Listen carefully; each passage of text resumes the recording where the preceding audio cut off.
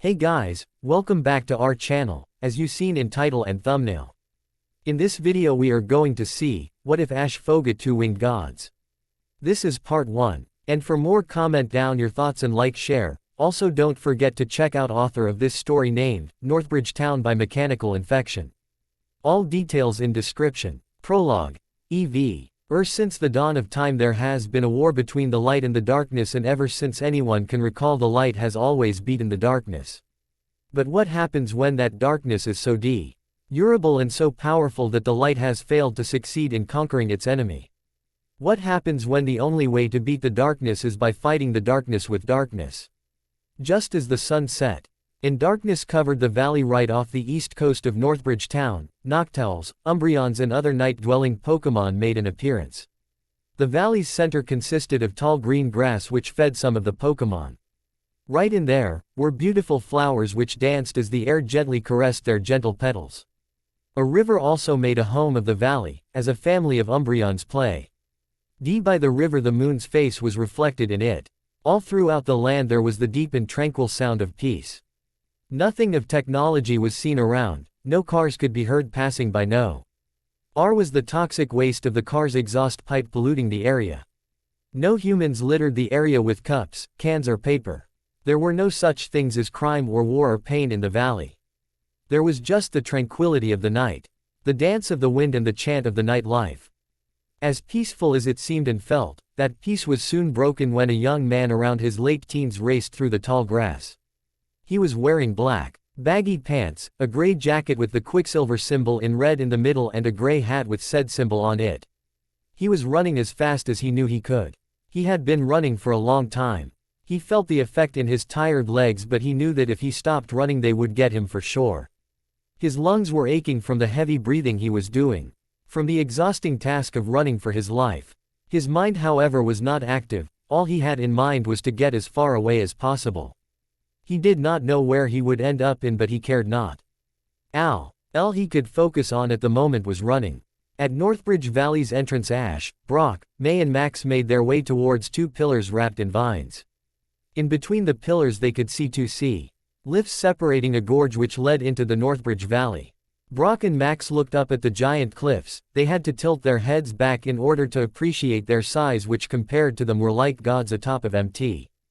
Olympus. Ash and May stared into the gorge as if asking themselves if going through was as good an idea as jumping into a pool full of starving Sharpedos. Should we go in? May asked as she looked into the blackness of the gorge. Brock and Max caught up with them and looked at Ash, waiting to see what he would say. After all, coming to Northbridge Valley was his idea.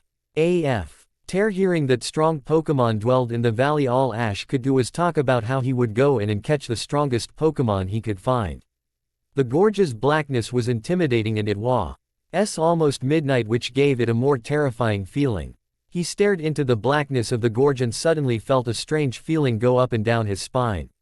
Never had he felt such a feeling before. It felt as if fear, concern, tranquility and curiosity had been combined together and had overwhelmed him all at once. Pikachu, which sat on his shoulder, looked at him curiously. It tapped him on the shoulder and Ash snapped out of the strange trance he had been drowning in. He shook his head and said in a determined manner, which was more how he usually acted, "Yeah, let's go." He walked in first and then the others slowly went in. The trip through the gorge was quick and less frightening than they had anticipated. They reached the other side in a matter of 7 minutes and laid eyes on the most beautiful valley any of them had ever seen. All four of them gasped in awe as they saw the river and the flowers and the playful Pokémon which came to life when the moon would shine its pure beauty on them. They scanned the area for a place to make camp and spend the night in. There was no problem with that. Brock soon spotted a small cave at the foot of a cliff which rested right next to the river. They walked over and made sure the cave was not home to any Pokémon. There seemed to be no one inside, so they made camp. Although the moon's light shone brightly, they needed a bit more light. So they gathered some wood to make a fire. They searched the nearby area but only found thin twigs and 2 branches which would not be enough for a decent fire. Brock looked at it in question and as he crossed his arms he said while looking at the wood, "Well, if we want a 2-minute fire then this will do. We need more firewood." His question was blown out with the intention that someone else would volunteer to find firewood. He turned to the group and none of them seemed to make the least of an attempt to race to the task of collecting wood. Finally Ash spoke up and said, "All right, I'll get the wood. Come on Pikachu." Both Ash and Pikachu walked on to get more firewood while the others finished with the camp.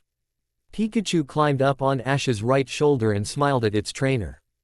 Ash put his hands in his pants pockets and looked down at the ground in hopes of finding wood quickly. The search lasted a while as both of them kept a lookout for firewood. It was a search they would soon have to face was in vain. There were no trees in the area, or at least in the area they were in.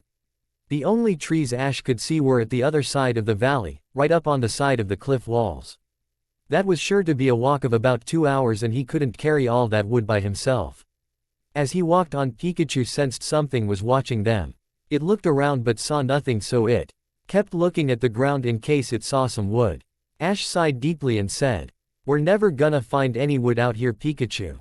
The small yellow mouse replied, "Pika." Suddenly that feeling Ash felt when they were at the entrance of the valley invaded him once more, only this time fear was the dominant feeling in him.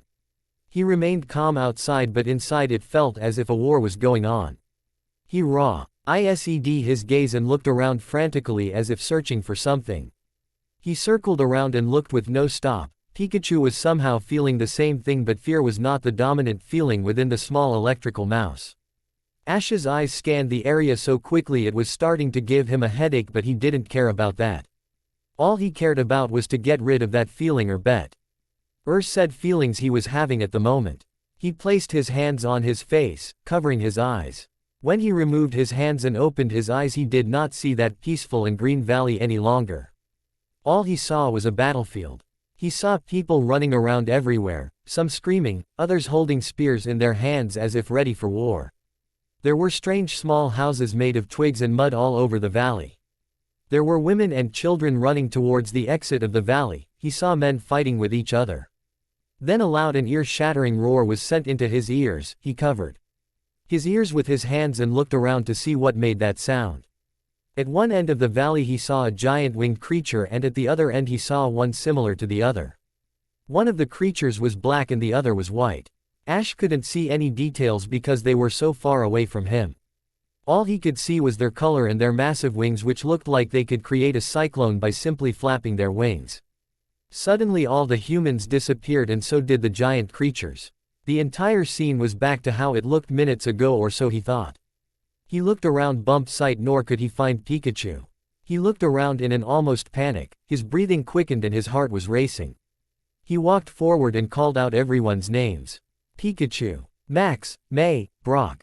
Where are you guys? Hello. He walked a bit forward and then as he inhaled to call out again he heard a low hissing sound which froze his spine and made his hair stand on end.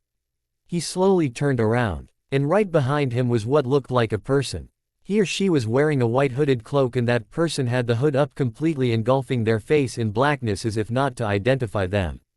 His breathing was now faster and heavier and his heart was racing at such a fast pace he could swear it would jump right out of his chest at any given moment. He dared not approach this person. Deep inside he had a horrible feeling about this person. Whoever that was lifted his arm up and pointed behind him.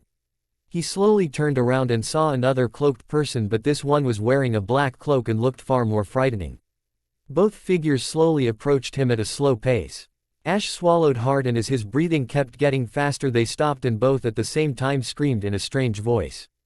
"Release us now." Ash quickly closed his eyes, and when he opened them again they were gone. He looked around him and found no one except for Pikachu, who was several feet from him and was looking at him in a manner as if asking what was wrong with him.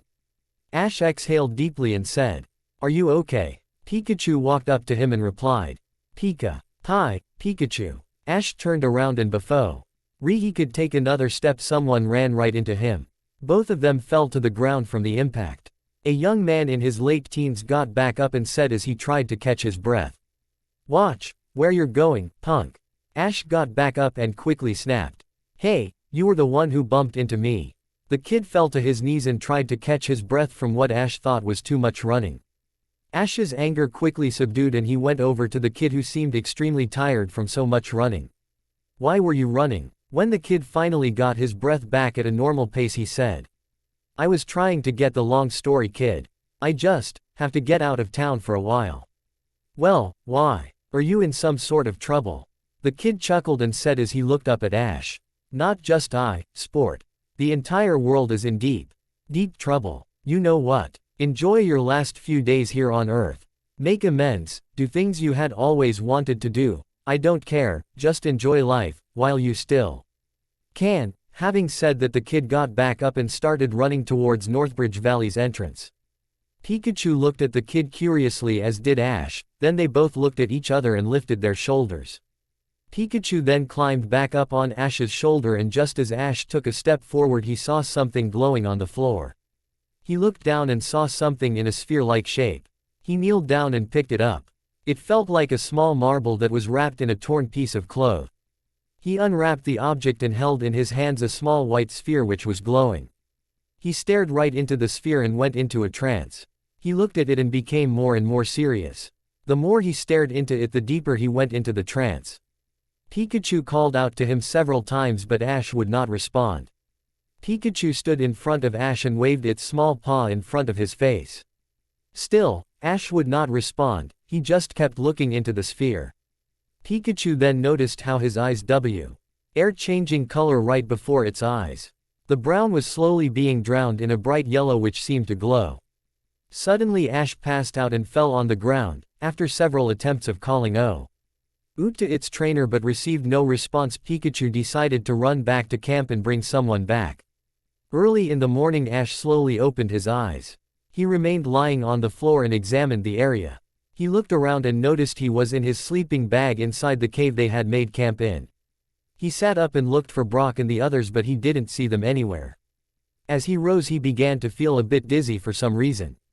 He walked to the cave's entrance and saw everyone was up and about. Pikachu looked back and saw him standing there, and the small mouse ran over to him and greeted him. "Pika Pie." Ash hugged Pikachu but remained quiet. He felt rather strange and very tired. He could hardly recall the events that had taken place the night before. Max approached him and said, "Well, you don't look so good. Are you okay? You feel all right?" said May as she went near him. He didn't answer any of the questions that they were asking. All he could focus on were thousands of images that were racing through his mind at the moment. Images that took place thousands of years ago. Brock soon joined them and asked if he was feeling all right, but Ash wouldn't answer to any of them. He just looked right through them and into oblivion, as if there was something out there speaking to him. May waved her hand right in front of his face, but he didn't react. He just kept staring into nothing, and it was starting to worry them. Suddenly he snapped out of that and looked to where they had been sitting and saw the sphere he found the night before. There was something different about it. It was not glowing like it was when he picked it up. He stared at it, and as Brock was going to pat him on the shoulder, he quickly turned around and threw up behind him.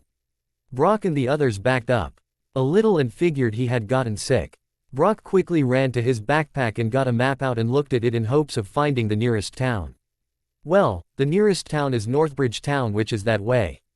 Brock pointed out towards the other side of the valley, which at the moment seemed to be miles and miles away. Max sighed and said, "Think he can walk all the way there?" "I'm not sure. We'll go slowly and give him a break if he needs one. So come on guys, let's pack up." Brock, May and Max packed their things and Ash just watched them. Pikachu sat several feet from Ash and watched him carefully. It sensed something alien within him, something strange and unnatural. Pikachu looked right into his eyes and saw something strange in them. Ash looked at where Brock pointed out when he spoke of the nearest town. His mind was blank and he suddenly began to shiver, which was strange since the atmosphere was cool, not cold enough to shiver from it. Pikachu called out for any of them. And as Max looked, Pikachu pointed at Ash, who crossed his arms across his chest and was shivering. "Guys, I think we better move it." They picked up the pace and as they set out they handed a jacket to Ash. He put it on, but he was still shivering. The walk was well over 2 hours, but they somehow had to make it across the valley and into Northbridge Town, and once there they would try and find someone to take a look at Ash and see if there was something wrong. As they walked by a herd of Stantlers, they froze and stared at them. The Stantlers seemed shaken up and were slowly backing away from them as they passed by. The same thing happened when they passed by a group of Sentrets. When they passed by, the group of Sentrets ran away in fear. They paid little attention to their behavior since EY figured the Pokémon in that area were not used to seeing humans. After 2 hours of walking, they finally reached the town of Northbridge. The town was pretty big. It had a feeling of advanced technology, but at the same time it gave off a feeling of the days of yore. The streets were wide, the buildings were tall, short, and some skyscrapers in between. They could see clear across to the other sea. Of town, and in the middle they saw what appeared to be a park in the middle of the entire town. Another thing that stuck out and was almost unbelievable to believe was the fact that the town was very clean. There was not a single newspaper icon on the floor. They stopped admiring the town and began to look for any signs of a hospital. Max quickly spotted OD point it out. Ash collapsed on the sidewalk.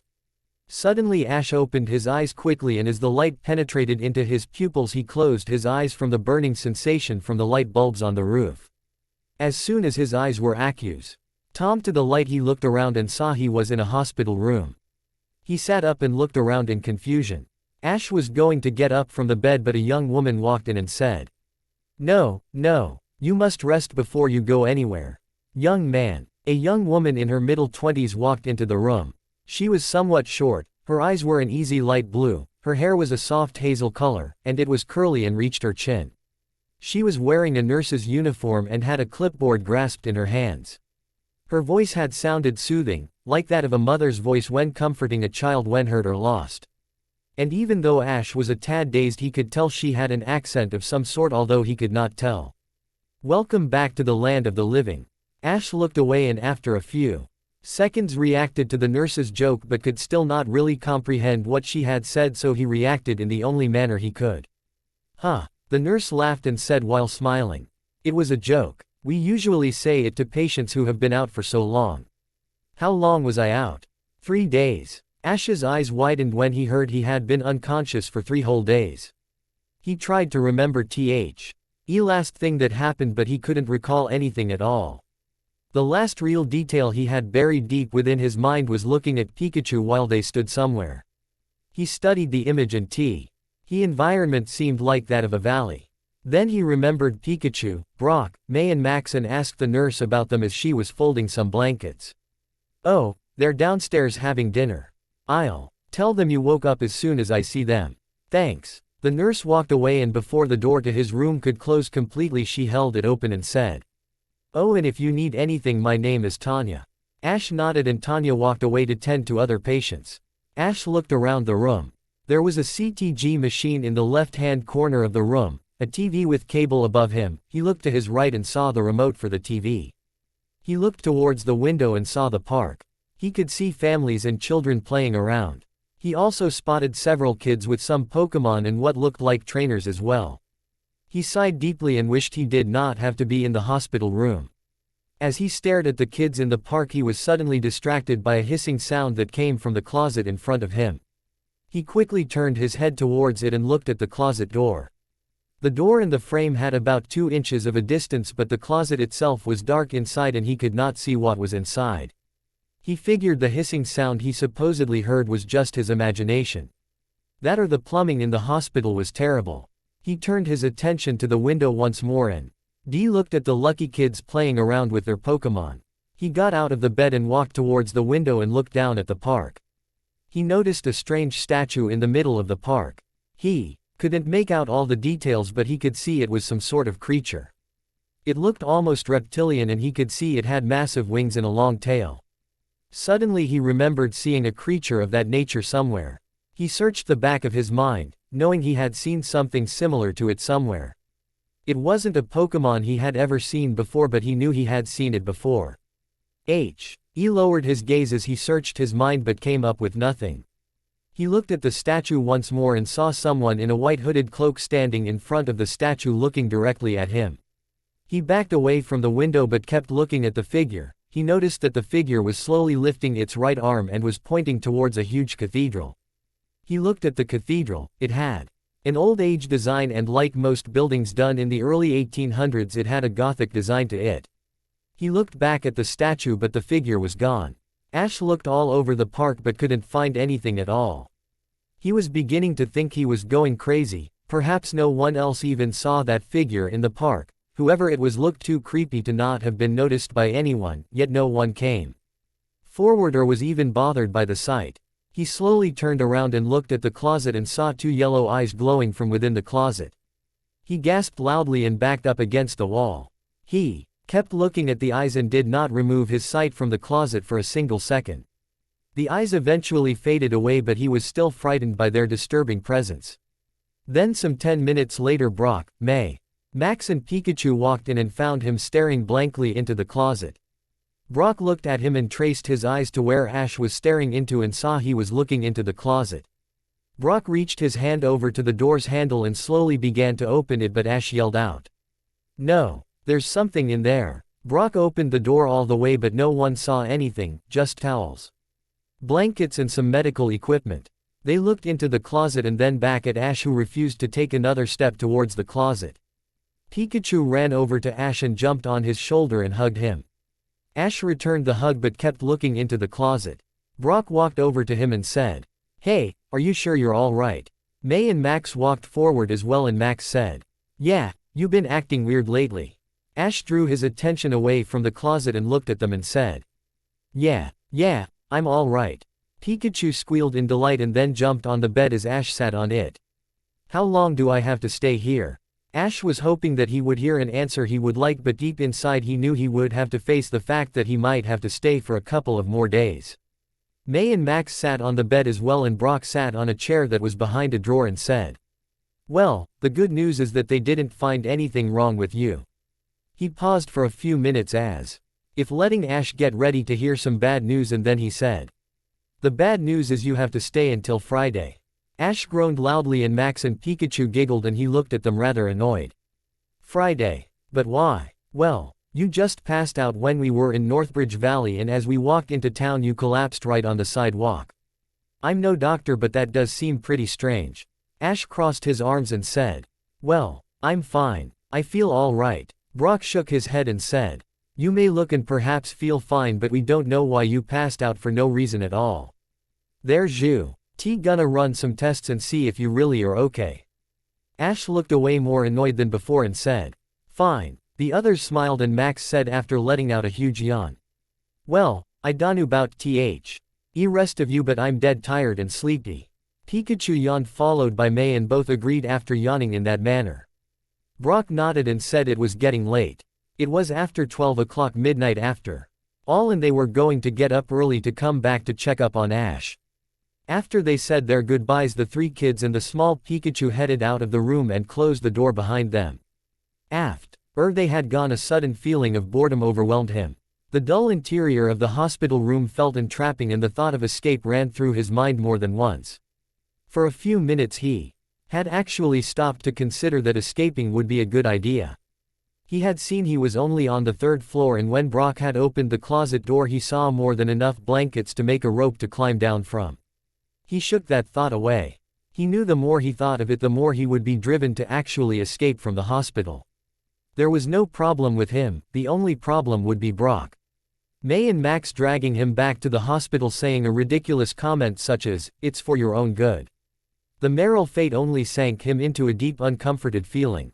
He lay on the bed and tossed the blanket over him and faced the window and saw the night sky. Never before had he ever seen the night sky so clear and peaceful. Never had he seen the stars shine so brightly, it was almost ethereal. Slowly his eyes began to close, and as he drifted off to sleep he heard a low hissing sound.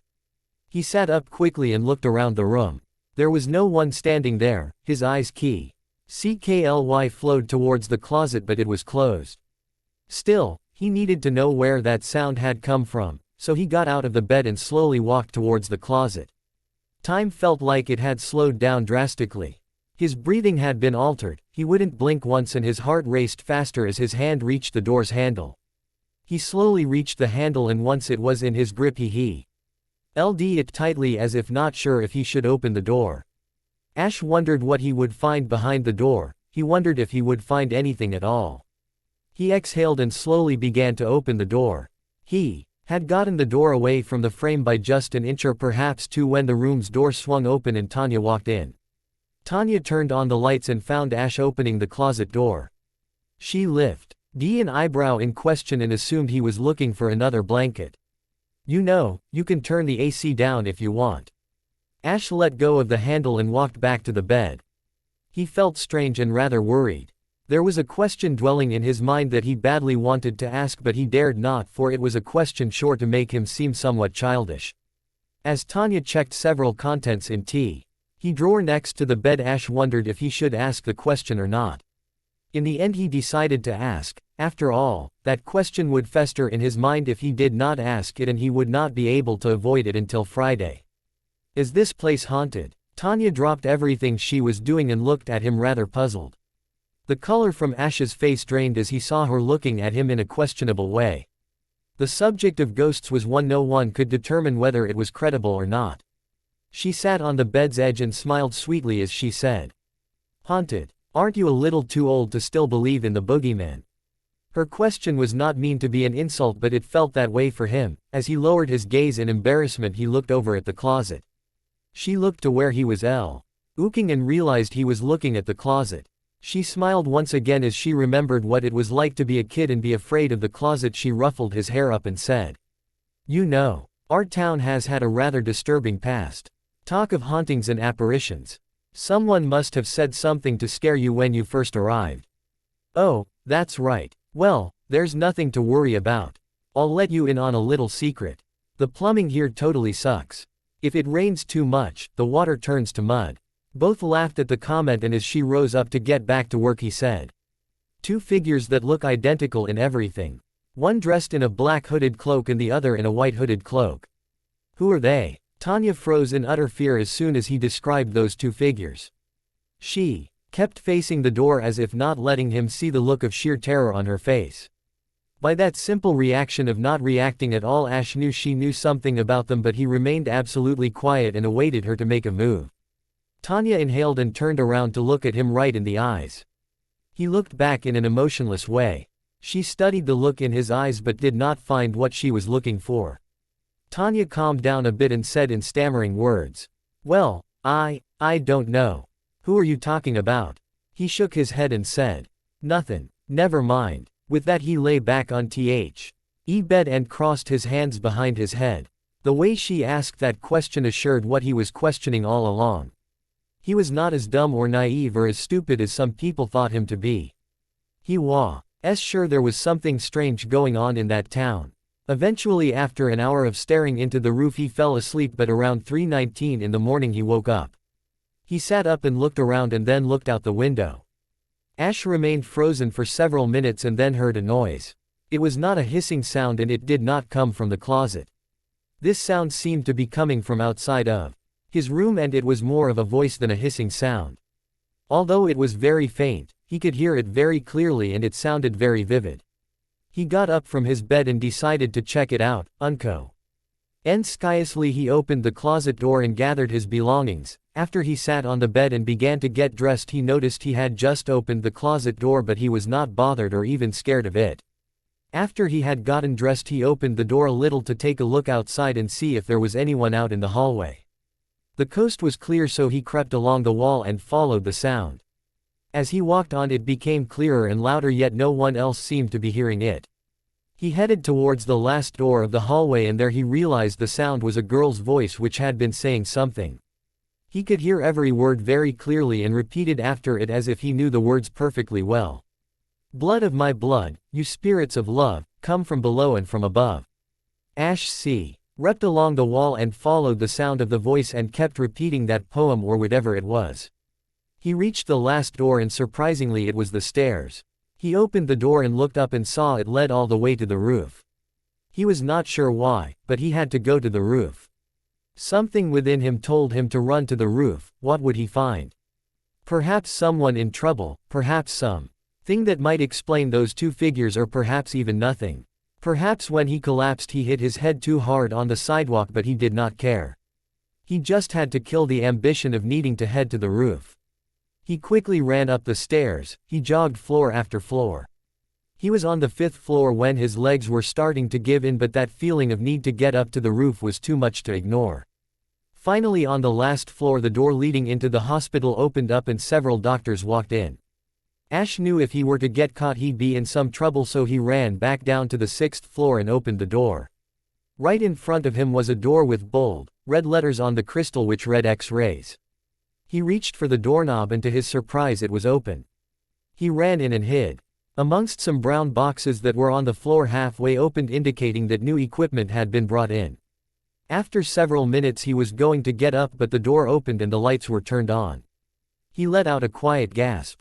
He thought for sure he would get caught, but surprisingly no one checked the boxes. As he stayed glued to the cold wall he could see through some of the boxes a man and a woman.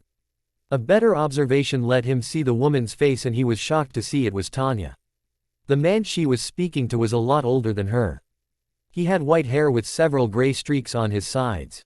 His eyes were light blue just like Tanya's. In fact, they resembled Tanya's eyes a little too much. The man looked a little like her, but he paid little attention to that. He just listened in on the conversation they were having. He said he saw two figures, one in black the other in white. "I'm sure of it. Calm down, dear. I'm sure it's one of the kids playing a joke. You know how teens can be, especially nowadays. I dunno." He just sounded so sure about it. The old man sighed and placed his right hand on her left shoulder. Ash noticed a strange ring on the man's index finger. The ring was silver and it had a circle on the middle of it, and in the circle was an eye split in half. The left side of the eye was blood red and the right side was yellow. As he looked at it, the man said, "When the boy feels better we'll have a talk with him, all right?" The man's voice was, which indicated that he was a doctor, that in the white coat he was wearing gave it away for sure. Nya wasn't exactly satisfied with the resolution, but she did have the comfort that the boy was still in the hospital under close watch, so she agreed and both of them went out. After some 10 minutes as H was sure they wouldn't even be on the same floor. He got up and took a step forward, not realizing that a cable from one of the machines had gotten tangled on his foot. As he set his foot down, the equipment came down on the floor in a thundering loud crashing sound, sure to get the attention of anyone in the area. Tanya was still in the same floor and only a few feet away from the room Ash was hiding in. She heard a loud noise and looked towards the room, but Ash hid before she could see him. She raised a brow and walked over to the room to investigate the situation. Ash tried as much as he could to sort some of the stuff back in place, but he was just too nervous, so he hid amongst the boxes once more. Right after he hid, Tanya walked in and turned the lights on. She looked around and saw some boxes on the floor and several test tubes scattered about on the floor. Ash kept very silent and had his legs crouched up against his body. After she picked the things off the floor, she placed her hand on the light switch, but before turning it off she glanced once more at the room and thought to herself, "Things don't just fall for any reason." Finally, after what felt like 3 centuries for Ash, Tanya turned the lights off and left. Ash exhaled deeply and just let go of his legs in relief. He waited another few minutes and then took a peek outside to see if there was anyone else on the floor.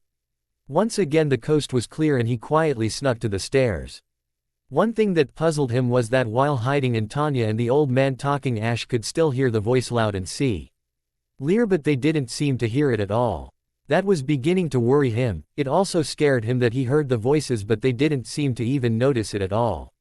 He began to run up the stairs. ND couldn't help but repeat after the voice once more. "Entities loving who wish me well, come to this circle when I sound the bell." He finally reached the roof, and once up there he looked around. He didn't know what or who he was looking for, he just knew there was something up on the roof. After 5 tiring minutes of frantically looking around, he heard a clapping sound. As soon as he turned around, he saw someone hiding behind one of the generators. The person emerged from the darkness the generator provided, giving that the moon shone down in the opposite direction. To his surprise, a young girl, about his age, walked up to him while clapping. She had long black smooth hair that reflected the moon's light, her skin as pale as the snow in winter, her eyes burned with a bloody red color. Her clothing consisted of a black short dress and a black overcoat which reached her ankles and high-heeled black boots which reached her knees. He also noticed a small sphere tied around her neck by a silver string. The sphere looked just like the one he found. He hadn't remembered about it until he laid eyes on the one this young girl had. Bravo. I must say, James Bond himself couldn't have done better. Confused by that statement, He raised an eyebrow in question, but the girl simply smiled. What are you talking about? Once again the girl smiled in a most seductive way, but he was almost oblivious to the nature of her wicked smile. Your escape from the hospital. Very nice indeed. You could swear you were a talented spy. Her flattery was of no use on Ash at the moment. Curiosity and about a dozen questions prevented him to feel anything else but confusion. She walked right past him, and as the air blew in his direction he picked up the smell of her perfume, which was indeed dazzling and mesmerizing. Perhaps if he weren't so confused at the moment he probably would have been claimed by the perfume's delight. The girl walked up to the edge of the building and looked down on the town. Shish for some reason walked over to her and stood next to her. As they both looked down at all the lights she spoke up once more. You can tell there's something wrong. Can't you? You can feel a change inside of you even as we speak. Oh, how do you know that? Ash was already puzzled by the events, but when she said that he was even more puzzled than before. It's my job to know. Who are you anyways? The girl simply smiled yet again, but Ash noticed no intentions with that smile. It was only a cocky smile from which he could tell she had plenty of answers even if his questions would be bizarre. My name is Ariscordia, but you can call me Aris. Nice to meet you, Ash Ketchum from Pallet Town. Just as she said that, she extended her hand to shake his hand in a rather courteous way. But he was in such shock that it wouldn't be unexpected if he dropped his jaw in shock. He stared at her for several minutes, studying her face and eyes. He finally shook her hand and Aris smiled. Would you stop smiling and tell me what the bloody hell is going on? His words stopped cold as he analyzed what he just said. The words, bloody hell, were not part of his regular dialogue, but he blurted them out as if it was normal. But then again nothing seemed normal to him. Aris tilted her head back and let out a small laugh as he stood there and looked puzzled. I know what is happening to you. And I can help you with those changes. How? All in good time, cutie. First off, you might want to get out of here. Aris extended her index finger and planted it in the middle of his chest and pushed him off. From the edge of the building and literally pushed him towards the middle of the roof. Well, get us out of here. Ash wondered if this Aris girl was either crazy or if this was a strange dream or perhaps even a hallucination. They were on the roof of a 6th-floor hospital, and right on the roof this girl told him to get them out of there, and he knew she did not mean walking out the front door. I don't know if you noticed, but we are on the roof of a building. So what? You can get us out of here in the blink of an eye. How the heck am I going to do that? Ash's curiosity was being replaced by anger. Nothing she was saying made sense, and it was really starting to irritate him to no end. She shook her head and calmly said as she placed a hand on his shoulder. Like this. Once she placed her hand on his shoulder, both of them began to glow in a faint white color. Ash may have been lost in this entire ordeal, but he knew exactly why they were glowing. For a split second Ash had closed his eyes, and when he opened them again he saw that he was in an alley. He stood there almost frightened. How they got off the roof of a 6th-floor building? By using teleport, a move only certain Pokemon could use. Aris walked out of the alley, and as Ash tried as much as he could to make sense of what he just saw, he stumbled after her. He was about to blur out a bunch of questions, but before he could make a sound Aris began to talk. Was that what I think it was? Yes. That was teleport. Do I have any Pokemon that know that move with me? No. I do not have any Pokemon with me. Are you finally losing it? No. Your mentality is very healthy. Is this really happening? Yes, it is. Will I explain and stop scaring the crap out of you? Yes, I'll explain right now. Ash was completely dumbfounded since the questions she just asked and answered were the exact ones he was about to ask. He stopped in the middle of the road and lifted his finger as he was about to ask another question, but he figured she knew what he was going to ask, so he left it at that. Aris sat down on a bench and stared into the park. She inhaled and then looked up at the cathedral that was right across the park. Ash was feeling it's strange, but he walked over and sat next to her. Both remained quiet for several minutes, but then Aris turned towards him and said something that left him in a bigger shock. The sphere you found wrapped up in a torn cloth was wrapped up for a reason. Direct contact with it would be blessed with tremendous power. You of course touched it with your bare hand and thus have the gift. Ash was almost afraid to ask the question he had in mind, but he needed to know for certain. What gift are we talking about here? A gift given that could make all your enemies and rivals quiver with utter fear. A gift that could make all your wishes come true. A gift that could have you in power in the blink of an eye, the snap of a finger. Think of an attack, any attack. Ash wasn't sure of what would happen, but he thought of an attack just to see what she was talking about. He was overwhelmed with the idea of having power for some reason. After he thought of an attack, he sat there quietly and looked at Eris with question. About a minute later it began to rain. Eris looked up at the sky and saw nothing but heavy rain clouds as far as the eye could see. She looked back at Ash and said, "Of all attacks you had to think of rain dance." Ash lifted his shoulders in question and Eris laughed in a sweet kind of way. Eris moved her hand above her head and the rain stopped completely. "Did I do that?" Ash asked in an almost shy way, afraid of the question sounding stupid. Eris of course knew it wasn't a stupid question, and so she said, "Congratulations. You pulled off your first attack." What? That was the end of the line. Eris made it sound as if he were a Pokemon, but soon he would find out everything he needed to know, so he decided to stick around, no matter just how crazy it sounded. Eris lifted her right arm, her palm upright in a way as if motioning someone to stop. What Ash saw next left him in complete awe. Several inches from the middle of her palm a small blue and gray orb appeared. It shot out at a small tree, and as soon as the beam hit the tree it froze. "No freakin' way," he stammered as he stared at the frozen tree. Eris had just used Ice Beam to freeze that tree in front of them. He looked at his right palm in both awe and fear. "No, you use your left hand." Eris grabbed his left hand as she said that and pointed his hand at the frozen tree and softly said, "Melt it." With that, Ash concentrated on a fire-type attack. Just like Eris, a red and yellow orb formed just inches from the middle of his palm, and right out of it a huge flaming fire star shot out of the orb and hit the tree, melting it in a matter of seconds. Ash was completely stunned and awestruck by the events that had unfolded before him. He looked at his left hand and then back at Eris and said, "Who are you? For real? Think of me as your guardian angel." Ash looked back at his left hand in awe. He couldn't believe he just used Fire Blast to melt a frozen tree. All his life he knew Pokemon are the only creatures capable of performing devastating attacks such as those, but for some unexplained reason him and this girl could pull off any attack by just thinking of it and willing it to happen. Eris rose from the bench and stood in front of him. She placed her hand under his chin and lifted his face to get a look at his eyes. She could feel his emotions, all consisting of fear, curiosity and wonder. Eris smiled and said, "You are now something beyond explanation, something of power and fearsome greatness, but along with greatness comes a few flaws. If you wish to live, gather your furry NDS and leave this place and never return." "What happens if I stay?" "They'll kill you." Some of his questions were partially answered, but he still had many that needed answers. While lost in his in a thought, he barely heard the sound of the clock that had been placed in a tower on the cathedral. It was 5 o'clock in the morning and visiting hours began at 7 a.m., so he had 2 hours to hang about.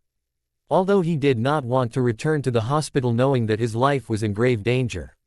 He sighed deeply while thinking what to do about the entire mess he had just fallen into. Meanwhile, back at the hospital, Tanya had not gotten a single drop of sleep. She was convinced her newest patient was far more than he seemed to be.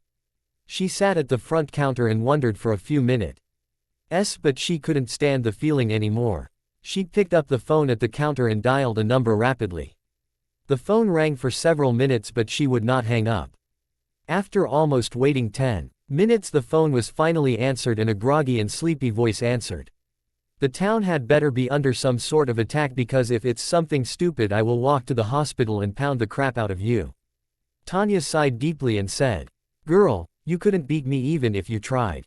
"Oh, I think I could manage." "Why are you calling at 5:40 in the morning?" Tanya looked away, and as she answered she played around with the phone's cord by wrapping it around her finger. "Listen, I think you'd better call your brother and ask him if the white sphere is safe. You're being paranoid. That thing is safely tucked away where no one can touch it." Tanya thought for a minute that she might have been acting a little paranoid, but she was not a person who would risk anything, so she snapped back and said, "Just do it. I wanna be sure that damn thing is tucked away. Just call your brother and ask him if things are all right." The girl in the other line stayed silent for a few minutes and finally spoke up. Tanya, I haven't seen Dante since the other night. Tanya felt sheer panic and fear rising up her spine. She began to breathe heavily due to the fact that things were not going so well, and the fact that things could turn to a disaster in a matter of seconds made her more ill. Karen, check the spheres and call back here as soon as you do. I'll try and find Dad. Both hung up. Tanya raced to the cafeteria where she had last seen her father.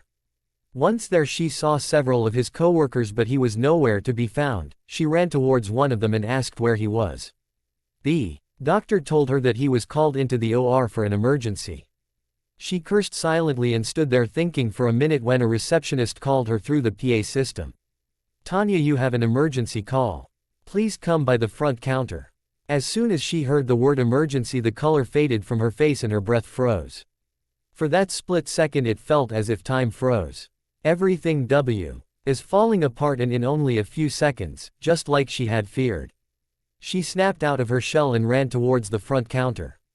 Once there, the receptionist was holding the phone out and Tanya grabbed it and answered in a panic. What happened? Tanya, they're gone, both Spheres and Dante are gone. What do we do? Try Dante on his cell phone, I'll try to fix things here. Oh, and call Petrov. Tanya threw the phone and cursed angrily and loudly. She ran to the elevators and punched in the third floor. Being that it was 6 o'clock in the morning, there was barely any activity besides nurses and doctors tending to their patients.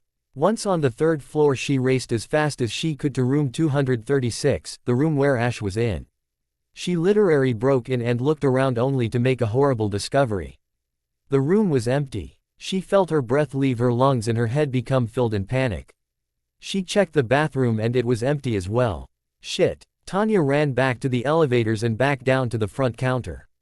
Once she got there, she saw one of the receptionists and said, "Hey, I need to go out for some time. If you see my father, tell him there's been an emergency. If he asks had emergency, tell him it's a code to break out. He knows what it means." The receptionist agreed and Tanya ran out of the hospital to search for Ash. She stood outside the hospital doors and looked around. She knew just what kind of trouble the entire town was in with Ash on the loose. Ash should have been the last of her worries, but with Ariscordia loose as well, it would prove to be disastrous. Ariscordia had been watching from the roof of the hospital as Tanya ran out in a panic and looked around town for Ash. She saw this as the perfect opportunity, so she decided to locate Ash and let him do her dirty Wanya run around. She put her hands together and said as she smiled in a malevolent way, "Oh, this is going to be fun." Ash had wandered to the other side of town. He walked all morning in thinking about how he would handle the situation. He had a lot to think about now that he had this so-called gift. He wondered if it would affect him as a trainer, a friend, and even as a human. Perhaps he should have been feeling great, or at the least happy, but the only thing he felt at the moment was sadness for some reason. Ash had walked right out of town and into the forest. He stopped at a beautiful waterfall which poured down on a small pond that was surrounded by wild and beautiful flowers. A sight truly remarkable. If it had been under other circumstances, he probably would have enjoyed the scenery, but he felt indifferent. He sat on a huge rock that was close to the water and looked into the water. It was then and there that he noticed something different in his eyes. His normal color was brown, but when he glanced over at the reflection in the water, he saw his eyes were now a bright yellow color. As he kept staring into the reflection, he felt another presence in the area. He knew exactly who it was, so he said as he kept looking into the water, "What do you want?" Ariscordia stepped forward from behind the trees and said in a calming voice, "I see your senses are becoming stronger. Very good." She walked over and stood in front of him and noticed that deathly sad look on his face and said in a sympathetic kind of way, "Hey, why the sad look?" Her question had no real meaning in it, and it had a very hypocrite feeling to it. He simply scoffed and turned away, but she insisted and turned his face towards hers with her hand. She saw his eyes had changed color, so he smiled and went on with her little scheme. "You remember when I told you if you don't get out of town that your life would be in grave danger?" "Yeah," Ash answered, but he felt no real feeling towards that statement. Ariscordia was beginning to grow tired of his attitude, so she decided to spice things up for him. "Ash, not only that, but they have captured your friends." That certainly did the trick. He turned around and looked at her in an almost panic and said, "What? Who?" Who has them? A cruel and spiteful man. His name is Marco Nevalainen. He works as a doctor in this town, but he has a few skeletons in his closet, and don't be fooled by his sweet nature. The man is a con. Ash's anger was rising and fast. He hated the fact that this whole mess got his friends in danger, and all because of something he did not even want. He got up and marched towards town. Ariscordia stayed put and smiled, trying not to laugh so she wouldn't give her position away. She knew he would immediately get into a fight. Since it would be his first, it would be pretty entertaining to see, even if he got hurt. She walked beside him as they walked back into town. She was smiling while he had on a look-t hat would scare even the most twisted serial killer. He walked up straight and with his hands behind his back. At the park, Ariscordia saw Tanya still looking around and asking people several questions. Ariscordia took this to her advantage since Tanya had not seen them. She placed her arm on Ash's shoulder and leaned into his ear and whispered something. That little nurse, Tanya. She is Nevalainen's oldest daughter and just as cruel and vicious as he is. She'll want to pick a fight, but I know you have what it takes to send her to eternity. As her poisonous words slithered into his ear, I led wickedly and wrapped both arms around him and leaned even closer and said, "Show no mercy." That was all it took. Something in the back of his mind snapped and he was now blinded by pure rage, which was definitely not a good thing. He was normally a good, kind person, but her words had poisoned him to no end and she was misguiding him. Ariscordia thought it would be better if she watched from afar, so she vanished into thin air and reappeared on the roof of a building not too far off. Tanya was looking around, but a strange feeling overcame her. She slowly turned around and saw Ash standing right in front of her. The look in his eyes was nothing short of murderous and dangerous. Tanya was beginning to panic since she had no way of defending herself against him. She thought of the only thing she could do at the moment. She turned around and ran away, but Ash lifted his left hand and shot out an ice beam attack and froze her feet. Ash began to walk slowly towards her as he placed his arms behind his back and kept a close eye on her in case she tried to escape. When he was halfway near her, he looked at a tree next to him and the roots erupted from the soil and wrapped around her. He looked at another tree on the opposite side and the same thing happened. Tanya's feet were frozen and now she was tied up. Her situation was getting worse by the minute. Ariscordia, of course, was enjoying herself as her sick and twisted scam was working wonderfully. She tilted her head back and let out a vile laughter that echoed throughout the area, but Tanya was far too worried to focus on someone laughing their ass off. Tanya thought about trying to reason with Ash even if it was no good, but she knew she should give it a try. "Ash, please, don't do this, please, I beg you." Her pleading only fed his anger. As he walked even closer, he unlaced his hands from his back and Tanya could clearly see his nails had been turned to razor-sharp claws which looked like they could rip through titanium with ease. She whimpered and tried to back up, but the ice and the vines wouldn't permit her to do so. Just as he was inches from her, he stopped dead in his tracks and just stared at her. He stood there for a few seconds and then took 2 steps back, and seconds later a giant steelix rose from the ground. The steelix's intentions were to hit Ash with its strongest dig attack, but it clearly missed. The steelix meant only one thing. Tanya's father had shown up right in the nick of time. Ash looked to his right side and saw the same old man he had seen in the hospital talking to Tanya running towards him. Ash turned to face him and Marco returned the steelix and released 3 Pokemon. An Absol, a Tyranitar and a Gyarados appeared right before Ash, but he did not seem threatened by the Pokemon before him. Marco was going to order the Pokemon to fire their strongest Hyper Beam attack, but he remembered he was dealing with an innocent victim. "Jin, Iran, Sujin.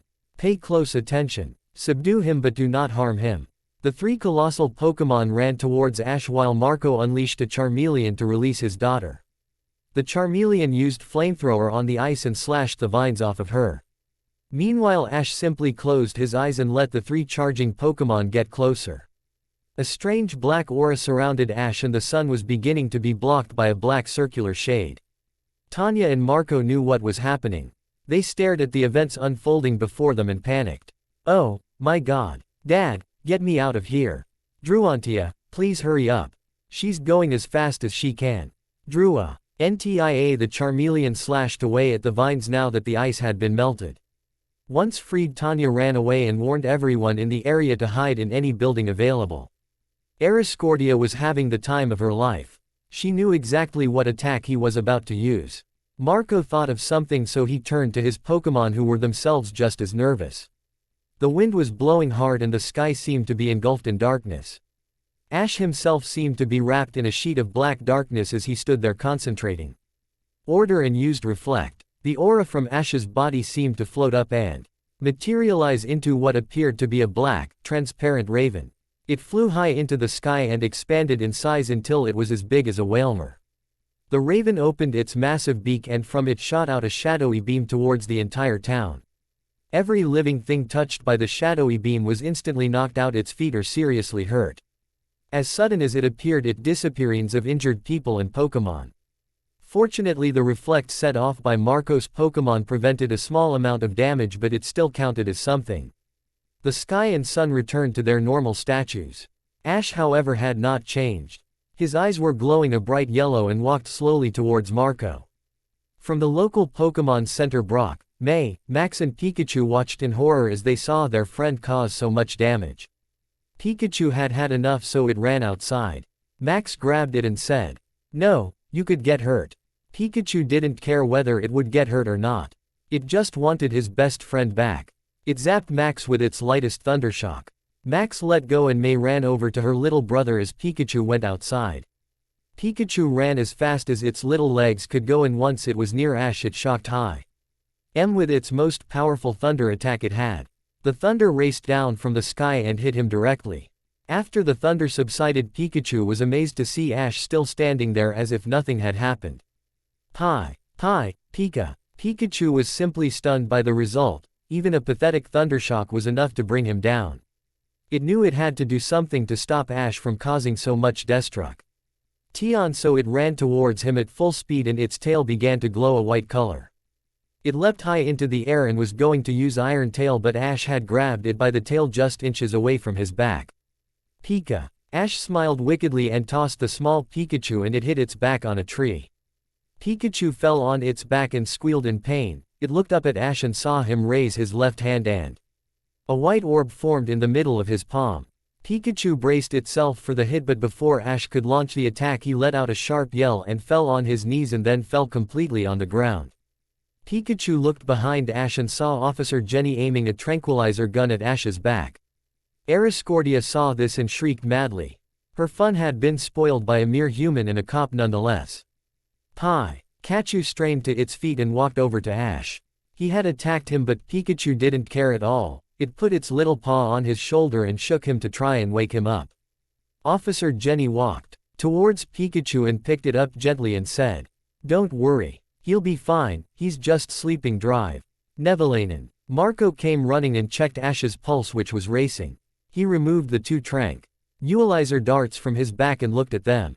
Both were of a sickly orange color, and Marco realized Ash had been hit with a dose strong enough to bring down 2 Wailmer. He showed Officer Jenny the dart and said, "Are you kidding me with this? This could bring down 3 Wailmer. Are you trying to give the boy an OD?" Officer Jenny crossed her arms across her chest and looked at the doctor in question and finally said, "Excuse me, but this boy has just caused this." Officer Jenny pointed with her hand the disaster Ash had done. Trees had been torn from the root, cars were dismantled, and windows were either cracked or broken. A big amount of people had been injured due to the strange attack. Parts of the sidewalks were lifted, revealing the dirt under them, and there was even a tree that had been ripped from the ground and had pierced a Corolla through the door. Marco retrieved his argument due to the fact that Officer Jenny was right and acted out in a manner which was called for. Marco, being a doctor, couldn't help but react that way, but he knew she was right. Hours later, Ash slowly opened his eyes and looked around. His sight was a tad foggy and he had a really bad headache. He sat up and saw what appeared to be a room. A room like he had never seen before. It was painted in 2 colors, one set of walls was painted black and the other crimson red. There was a black drawer with a mirror attached to it, and on the drawer were some black and blood red candles. He also noticed a small plush toy. It was a Togetic plush toy. He also noticed the bed, whose frames were black and the silky bedclothes were crimson red. It was indeed a very unique room, but he felt no different from it. Something about it called to something he felt deep inside of him. He sat up on the side of the Bedin shook his head to see if his eyesight would improve. As he sniffled and tried to get up, he heard someone on the other side of the room say, "Well, it was about time you got up." He followed the sound of the voice, and on the other side he saw a girl who looked to be about his age. She was tall, had black, medium-length hair, dark brown eyes. She was wearing long black pants and some black boots almost similar to the ones Ariscordia was wearing. She also had on a black long-sleeved fishnet shirt on and a black tank top shirt on. Her makeup was just like Ariscordia's. Her face was pale. Her eyeshadow was black and gray, and her lipstick color was also black. She was sitting on a chair in front of what looked like a computer. She moved the mouse a little and then walked over and sat next to Ash and said, "You look like crap. You need something." Ash shook his head one more time and said, "Yeah, well, I feel like crap. Got anything for headaches?" The girl smiled. Being a doctor's daughter and a nurse's sister, she knew there were plenty of medications all over the house. She got up and left. Ash's eyesight was starting to get better, and as it did he looked around some more and then just dropped his head on one of the pillows. Minutes later the girl returned with 2 pills and a glass of water. He took the pills and swallowed them and gulped down the water in one swallow. He sighed deeply and said, "So, where the hell am I?" "At my house. I'm Karen, Tanya's sister." "So, Ash is it?" "Yeep. Cool name. So what brought you guys to Northbridge Valley?" As soon as he heard she referred to him as "you guys," he immediately remembered Brock, Pikachu and the others and said, "You mean Brock and May are here?" "Oh, yeah. They're right outside in the living room." "You want to go?" "Oh, God, no. Give me a few minutes to clear my head." Ash dropped back on the bed and put one of the pillows on his face and exhaled deeply. All was silent for a few minutes, but then he spoke up again, remembering her question. "We heard some people talking about how they caught some really strong and rare Pokemon up in a valley somewhere. Of course, to me it was like telling a 5-year-old where to find candy. I asked and they said Northbridge Valley, so here we are." "So what's your story?" "Well, I have been trying for 2 years to get my father and sister and brother to let me go off on my own journey, except they think I'm too young and don't know how to handle my Pokemon well. That of course is nothing but pure BS." Ash chuckled under the pillow and remembered just how nervous and insecure his mom was when it was time to let him go, so he pretty much understood Karen's frustration. Out of curiosity, Ash put the pillow aside and said, "So what Pokemon do you have?" Karen reached to the end of the bed and took a black backpack and took out 6 Pokeballs and released a Seviper, an Ekans, an Arbok, a Crobat, a Sableye and a Togetic. The Pokemon chirped greetings, at least all except the Sableye, who walked away. Karen sighed and said, "That little Sableye's name is spellbound. She never listens to me. She's my most powerful Pokemon, but she just won't listen. My dad says the day I get her to listen is the day I can go on my own journey." The way Karen described spellbound sounded much like how his Charizard acted before. He remembered all the embarrassing moments his Charizard put him through and all the battles they could have won if only it had listened to him, but he still cared for his Charizard no matter what. "I have a Charizard who wouldn't listen to me either. It's a pain in the ass for sure. The Seviper's name is Crusato, the Ekans is Kantal, the Arbok is Collide, the Crobat is Akasha, and that little cutie is Symphony." She pointed out at the Togetic, who smiled at Ash as she was being introduced. Karen had a bit of a pattern when it came to her Pokemon, but Symphony seemed to have broken to read about their names, so he asked, "You seem to have a pattern concerning your Pokemon. And how'd you come up with their names?" "Yeah, I'm a bit of an oddball, but most people say I'm creepy." "Guess you can tell. Symphony was the first Pokemon I had ever received. She was a birthday present for my 3rd birthday. And their names? Well, I named them after my favorite bands, songs, or whatever sounds interesting." Meanwhile, in the living room, Marco and Tanya had brought Brock, May, Max and Pikachu over to their house to wait for Ash to wake up. The living room was rather classy. The walls were painted a light gray color, there was a large widescreen TV set on a metal entertainment center at the end of the room. In between the sofas and the TV was a glass coffee table with a beautiful flower ornament. The ornament had white roses with a few candles in between the roses.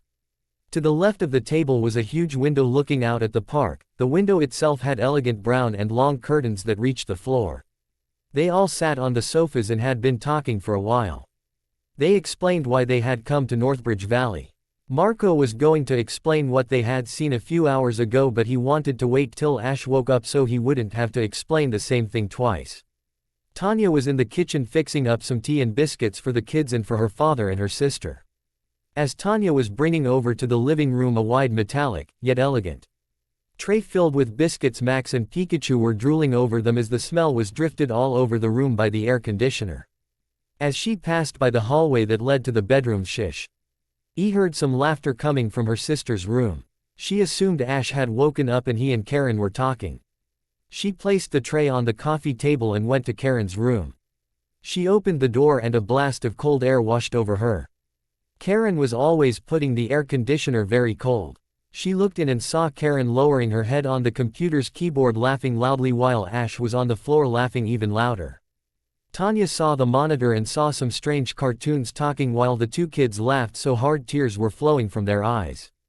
Tanya sighed and said, "Okay guys, I have some biscuits in the living room." Quote. Both Karen and Ash looked at Tanya and laughed even harder as they kept listening to the cartoons on the computer. Karen wiped some tears from her eyes and begged and to turn off the computer as Ash tried to get up from the floor but fell back as he heard another comment from the cartoons and managed to say while laughing, "That was freaking great. That was so funny." Karen had turned off the computer and said as she laughed and helped Ash get up on his feet, "I know. I can watch these for hours and still laugh. All right you guys. Come on, the others are in the living room waiting for you to wake up." Ash. Tanya led the way towards the living room while Ash and Karen walked right behind her while laughing from the cartoons. Pikachu saw Ash up and well, so it jumped right into his arms and hugged him. Ash returned the hug and said, "Hey buddy, you okay?" "Hi Pikachu. Pika Pie." Pikachu replied, overflowed with joy to see Ash acting like him old self again. Karen saw Pikachu and petted him as she said, "Aw, he's adorable." Pikachu blushed a little as it put one of its paws behind its head in a shy manner.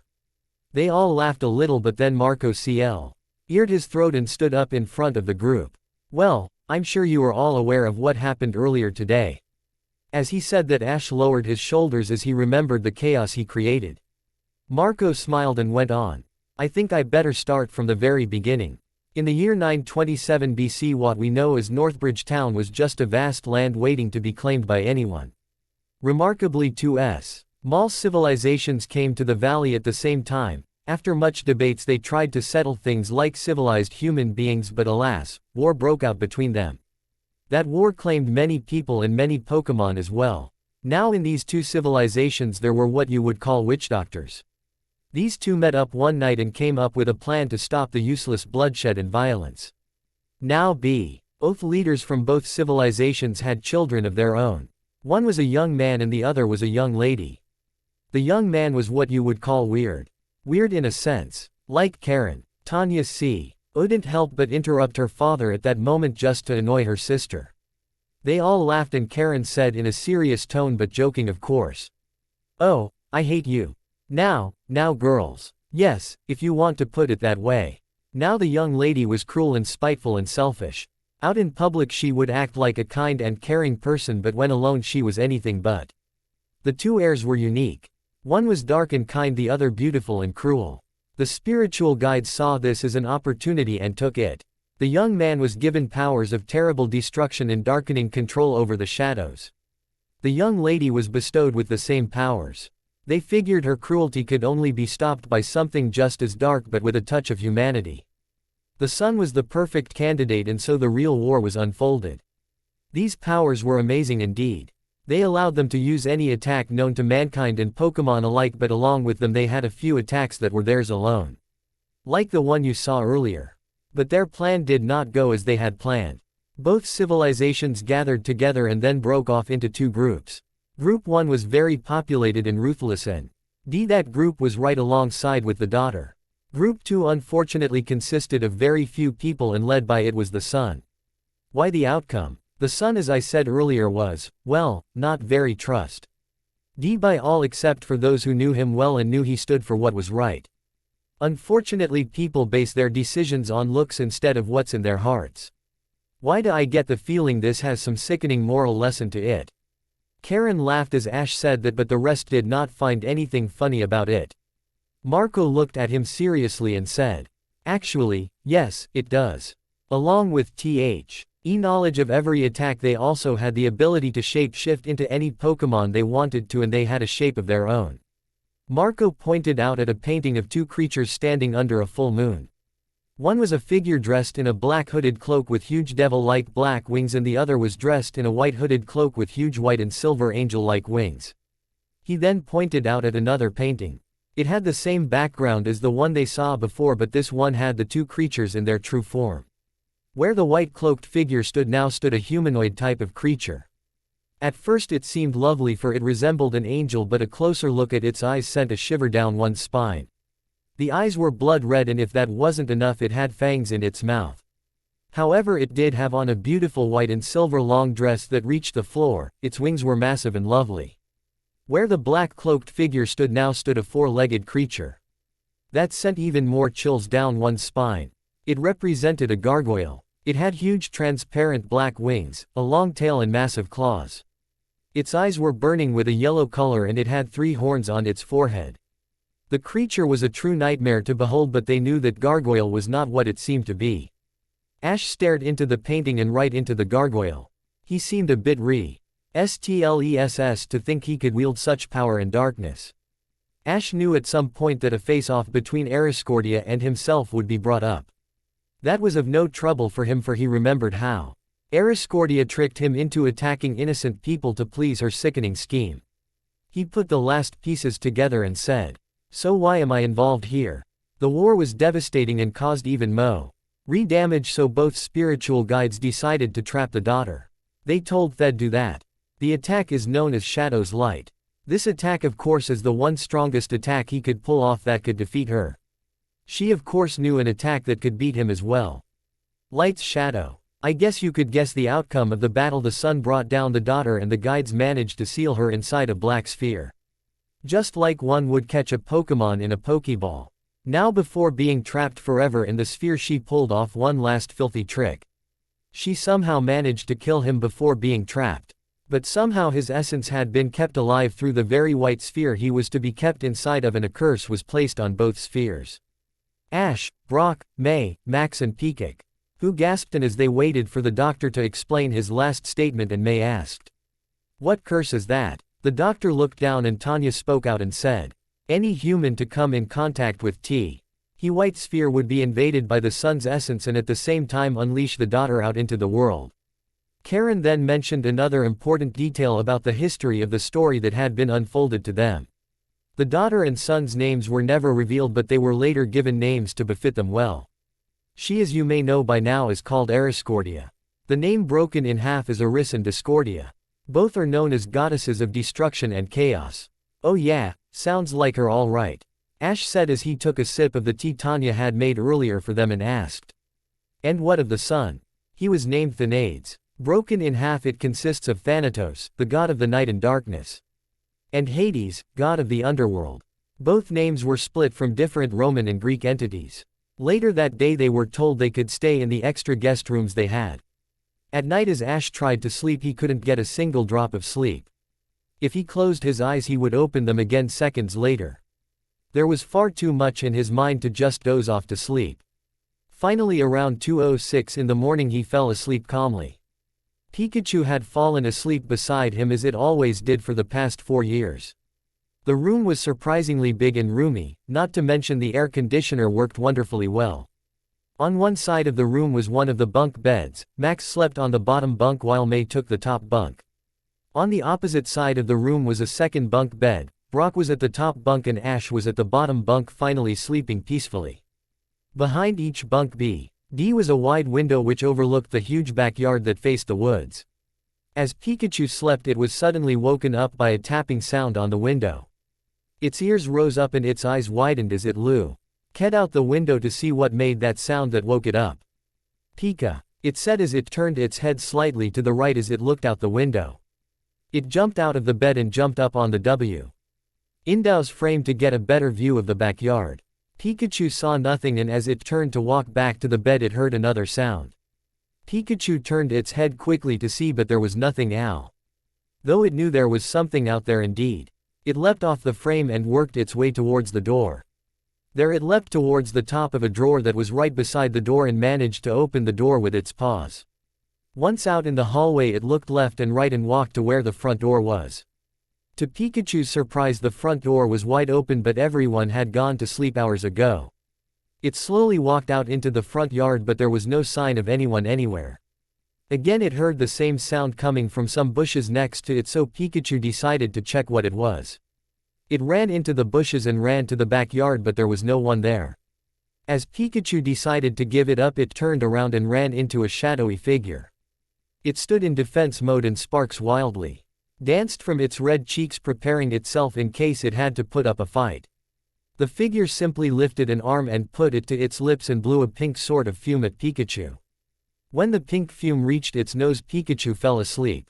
Pikachu! Pika Pie! Ash suddenly sat up as he heard his best friend calling out to him from the room's door. He blinked quickly to clear his vision from the fuzzy sight of having his eyes closed for so long. He saw Pikachu standing at the door and saw it standing in two legs and pointing towards the end of the hallway. Ash got up and headed to the door as he said in a groggy, sleepy voice.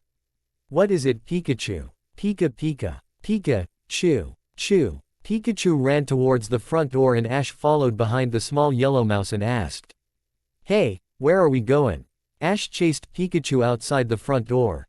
Once out he saw Pikachu turn towards the back, but as he was about to follow his friend he froze and looked back at the front door.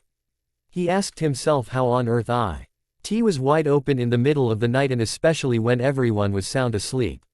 He ignored it and went after Pikachu to see what was wrong.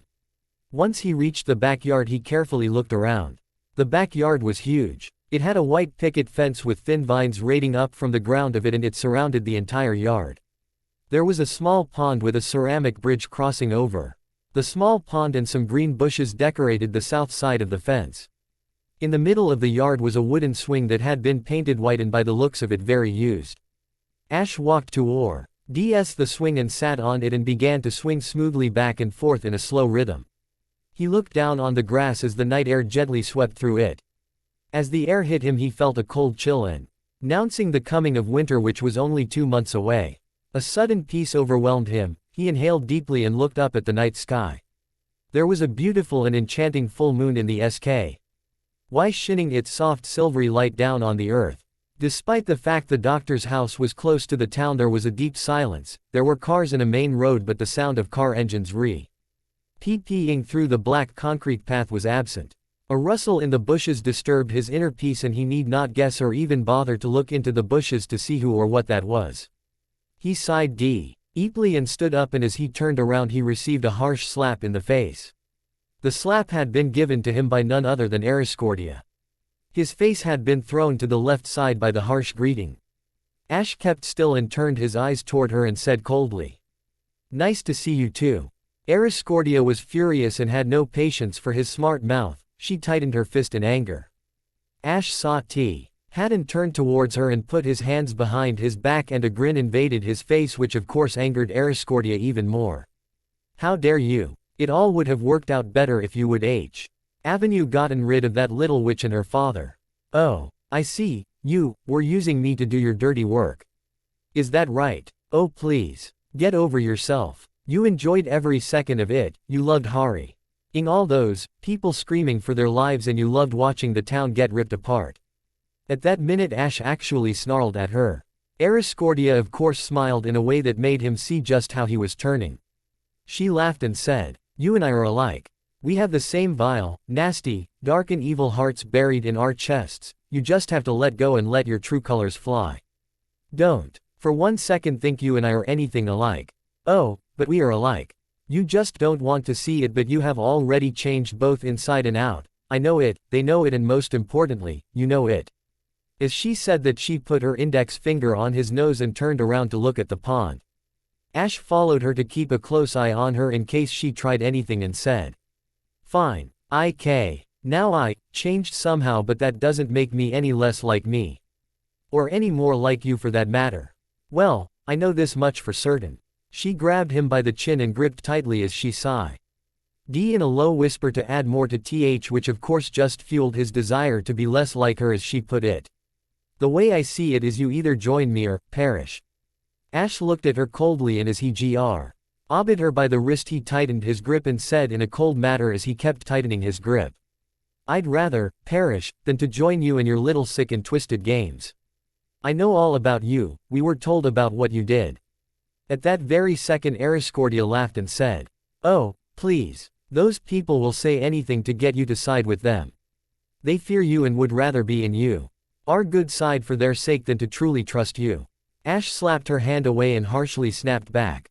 That's not true. Ariscordia stood there smiling while Ash just stood there seriously looking at her. There was a part of him which believed her, and a part which refused to believe a single word coming from her. It was a no-win situation for him. He didn't know the Nevelanans well enough to actually fully trust them, but he knew Ariscordia played dirty. Ariscordia lifted her shoulders and walked up to him and said in a calm voice. Well, you have your facts. You do what you want, but if you stand in my way, I will not hesitate to take action. Neither will I. Ariscordia smiled yet again and said in a foul manner this time as she swiftly waved her hand and a pink dust-like substance was created around her. She walked towards him and gently passed her finger on top of his lips and said, it's a date then. Having said that, she disappeared into the pink substance and vanished into the night. Ash was furious by Ariscordia's words. He could feel the anger rising from within. He felt like torching a tree to try and cool down. He snarled lowly, and as he turned around he heard the she's rustling, and from them walked out Pikachu, who had been asleep in the bushes. Pika. Ash smiled at the electric mouse and picked it up and said after he let out a loud yawn. It's pretty late. Let's go back inside, what do you say? Buddy. Pika, Pika. Pikachu lifted its paw in the air and smiled at its trainer, and both walked back into the house to get some sleep. Once back in bed, Ash could not stop thinking about how Ariscordia said they were exactly the same inside. Those words bothered him to no end, but he couldn't help but agree with her at some points. He knew he wasn't the same anymore, not deep inside at least. In the morning, Ariscordia was walking through the park. As the sun was rising over the mountains, the Pidgeys were up and chirping about as they flew through the sky searching for food. She sat on a bench and looked right into the town's buildings and saw some people walking towards the hospital. An idea sparked within her and a wicked smile shone in her face. In the hospital, Tanya and Marco were already sitting in the cafeteria having breakfast. The hearty meal was grand, and in the table sat other nurses and doctors who were friends with Tanya and Marco. As EY spoke and chattered, other people walked inside and joined them for breakfast. After they were done, Marco went on to the 5th floor and Tanya went to the front counter to see what she had for the day.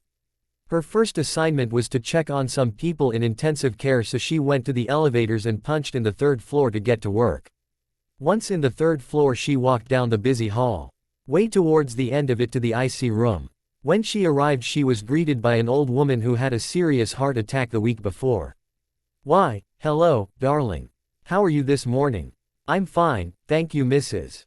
Cotton. So how are you, Mrs. Cotton lifted her hands in gesture and said, I've seen better days, dear.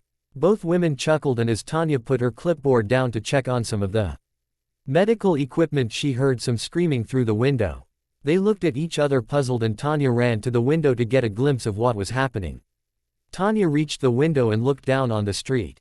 What she saw shook her up rather badly.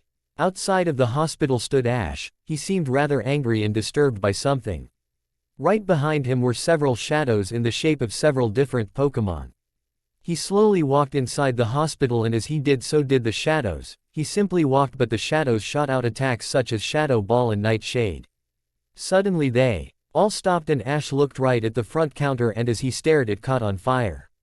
He stayed there as the shadows ran all over the hospital, destroying some equipment, and they ran to every floor, scaring people and destroying stuff. It seemed as if all they were doing was just damaging and not hurting people. Tanya ran down to the 1st floor, and as she got out of the elevators, her father saw her and ran to her and said, It's Ash. He sent those shadows. We have to get everyone out of here. Back in the house, Ash, Karen, Brock, May, Max and Pikachu were in the backyard playing a bit of touch football. They had released all of their Pokémon to make things more interesting. As the huge group of kids and Pokémon played around, they soon grew tired and just sat in the backyard, and Skitty saw the pond and ran to it. At the edge it looked at its reflection and splashed around with its paws. Grovyle saw a tree and climbed it and sat in the tree's cool shade and remained relaxed as the rest of the Pokémon ran around. Karen saw Grovyle and was in complete awe. She admired it from the bottom of the tree and said as Ash passed by, "Is that Grovyle yours?" "Yeah, he's awesome. I always wanted to see one." Symphony saw Grovyle and flew up to it and looked closely at it. It chirped and flew back down now that it had gotten a glimpse of the strange Pokémon up close. Karen and May went back in the house to gather a few snacks and drinks for themselves and the Pokémon as well. In the kitchen they took everything that was sweet and tasty. Oreos, cameos and other snacks were snatched up. About a dozen of cans of soda were also brought out. As both girls took the snacks out, Karen noticed a note on the kitchen counter. She took it and read it to herself and sighed. May saw her standing there and asked if there was something wrong and said, "Oh, nothing. Just a note saying I have to go into town and look for someone. Mind if you guys watch over the house while I go?" "Sure, no problem. Are you sure you want to go by yourself? You could ask one of the guys to accompany you." As May said that, Ash and Brock walked in and overheard the conversation between the girls, and Ash said, "I could go with you."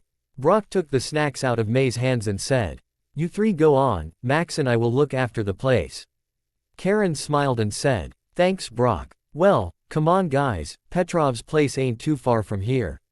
As they said that, the three kids went out into town to look for an old friend of the family's. Petrov Zimmer was one of the people in Northbridge town who knew the history better than anyone.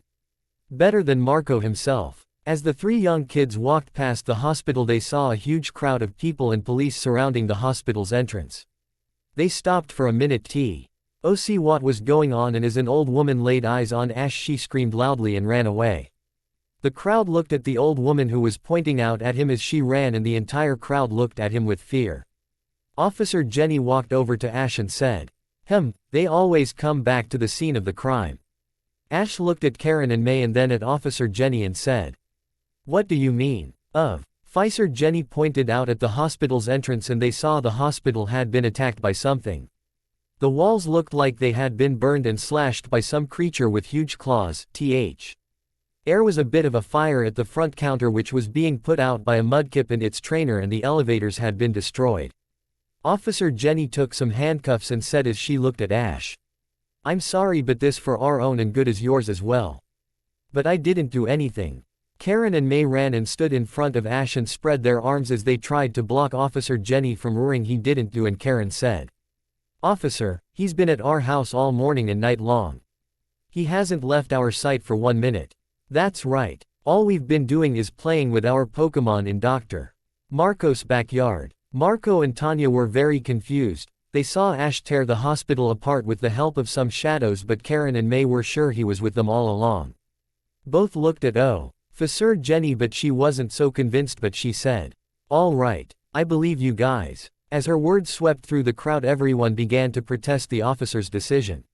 Some people waved their fists in the air showing their anger and concern, and some shook their heads, but only a few tried to enforce the officer's choice. Now everyone. We mustn't argue with Officer Jenny. What if he does it again and creates more chaos and injuries?" A man from the back protested as he held up a bat and waved it in the air in rage, as a homicidal maniac would when his victim would escape. Another and then protested that statement by replying, "Whatever happened to innocent until proven guilty?" The crowd then went into a frenzy which resulted in people fighting and arguing. Nothing serious, it was mostly people calling each other names, some shoving each other and others just yelling. Ash looked at the crowd and fell silent. How could a crowd become so out of control in only a matter of seconds? Mixed feelings of anger and sadness overwhelmed him. He tried to figure out a way to stop the madness, but all he could do was stand there. If he pulled off an attack, the crowd would just have more proof of him as something he wasn't. As he looked around, he managed to tune out the crowd's angry screams and vulgar and harsh words. He also came to the realization that he had been set up by none other than Ariscordia herself. He figured she must have been angry by him ruining her plans. As the crowd began to get a bit out of control, as several people shoved each other and began to call one Another very harsh names. There was a sudden sound of an ear-shattering screech that brought everyone down on their knees. All in the area covered their ears in a vain attempt to filter the maddening screech. The screech lasted for about 2 minutes and then all was silent. Everyone turned around only to look upon an old man beside a small Whismer. The old man had white hair and a gray streak on the right side. He had faint green eyes that let all who looked into them know he had seen plenty in this world. He wore a gray tailor suit that seemed to have been made in Europe or Italy. He had on a pair of very well-shined shoes of fine leather. The old man walked towards the crowd with a very serious look on his face which indicated he was very disappointed in the sight before him. He walked up to Officer Jenny, Marco and Tanya and cleared his throat and said, "Last time I looked I lived in a town where people lived, not wild animals." The man had a strange accent, as strange as Tanya's but more refined and deeper. The old man then looked at Ash and said just as seriously, "You've caused quite a dilemma, young man. All I've heard are accusations and not once did I hear anyone say they have the evidence to back those accusations up." A security guard came forward with a videotape and said to the old man, "We have him on footage causing this. Not to mention he was also responsible for the mess from yesterday." The old man grabbed the tape and said as he looked at Ash, "We're going to view this.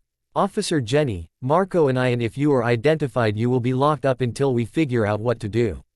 Karen and May gasped in horror but Ash remained silent as the ever-rising anger within him began to burn away at him from inside and said in a cold manner, "But I did not do anything.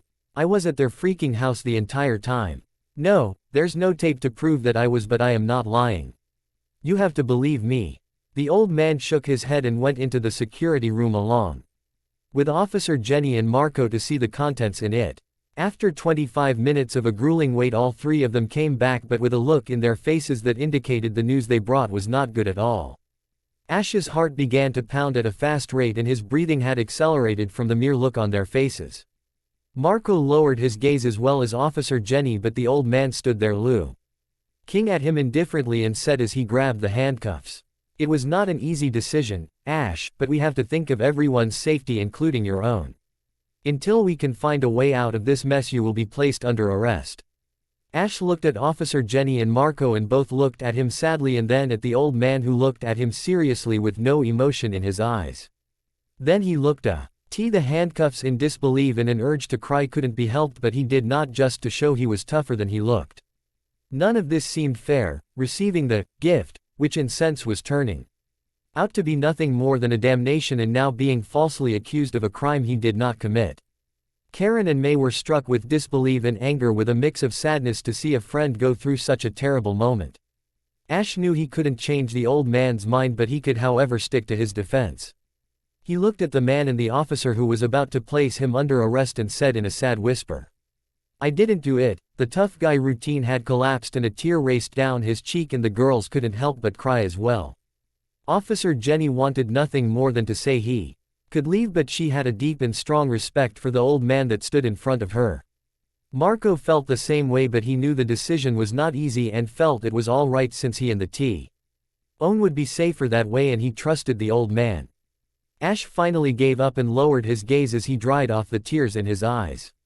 Millions of thoughts were crusading through his mind at the moment. But he remained calm and collected as Officer Jenny placed the handcuffs on his wrists behind his back. Some people cheered and others lay silent as they witnessed an act of injustice take place. Anger quickly took hold of Ash and he looked at the ground and his eyes began to glow with a bright yellow color. He sensed a hostile essence in the area and then saw an espion sitting by an oak tree.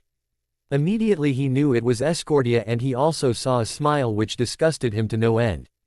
He snarled and as his lips rose he revealed his teeth. His canines were now longer which gave him an even darker image. Escordia of course felt no threat since he knew very well that if he tried anything he would only get into deeper trouble. He heard Escordia's voice in his head and quickly knew it was telepathy. "I told you to stay out of my way." Ash of course answered back with a rather angry tone. "Consider yourself dead, witch." Karen and May watched as Officer Jenny and the old man led Ash towards the police station. May sighed sadly and Karen looked at her father with question and said, "Dad, he didn't do it." Marco looked as they brought him inside and said as he looked at Tanya and Karen, I believe you girls. But, we have to be careful. Karen was just as angry as May, but May couldn't just speak up like Karen could to her father, so Karen said. Then why did you let Petrov get away with a decision like that? Petrov is a very respected member of this society and he has all of my respect. Besides, he may be safer in there than out here. Both girls then walked back to tea. He housed to tell the bad news to Brock and Max. Pikachu overheard the situation and was also saddened, perhaps more sad than anyone else in the house. None of them thought what they had decided was fair or even right. They did however think the videotape was weird. How could Ash have been in two places at once? The tape had the time when they were all in the backyard playing football. Meanwhile, the police station officer Jenny led Ash to the last cell of the station. That cell being the furthest from all the real criminals and scumbags from the town. There was something wrong with having I am locked up, but the evidence was there on that tape, but Karen and May were strong in their argument.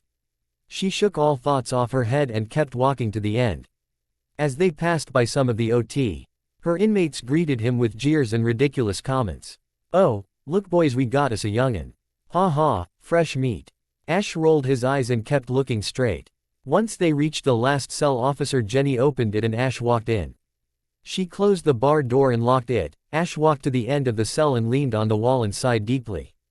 Officer Jenny could tell he was very angry. She didn't blame him though. She would have felt the same way if it happened to her. Officer Jenny felt this was wrong for some reason, so she did all she could to make it look less unfair. Hey, if you need anything just let me know. Anything you want I'll get for you, so just let me know, okay? Ash scoffed and kept leaning on his back on the wall as he lifted his right leg and put his foot on the wall. He could tell Officer Jenny was trying to be nice, but he was in no mood to be nice himself, so he said in a bitter tone. How about a rope? Officer Jenny didn't grasp the sarcasm in his request, so she asked. A rope? Why do you need a rope for? Ash looked at her seriously and studied her face. He knew she didn't know what he was talking about, but in his state of anger he answered as he looked away. So I can hang myself with it. I'm just trying to be nice. I have just been arrested for something I didn't do. This has been one long ass week, and there's a lot of weird stuff going on. Excuse me if I seem a little moody. Quote. Officer Jenny sighed and then walked back to her desk to continue on some paperwork she had been doing before she was called to the hospital. She hated putting innocent people behind bars, but there was not much she could do about it. She did however get an idea. She rushed back to Ash's cell and said as she held one of the bars with one hand. I have an idea. Just hold on until tonight. Ash sat up from the floor and looked at the officer, not completely sure what she meant by that statement. He agreed and sat back down as Officer Jenny left. There wasn't much to do after all, and he knew if he escaped it would just make things worse for him. He looked at his feet as he moved them and then sighed deeply. The boredom was beginning to get to him, but he did however think of something to do. He knew how to control the attacks and knew just about every single one of them, but he still had only a vague idea of the ones only he could pull off. He then looked at the wall and could tell by the texture that a single hyper beam could turn that wall into dust. But he held down since Officer Jenny seemed to have a plan up her sleeve.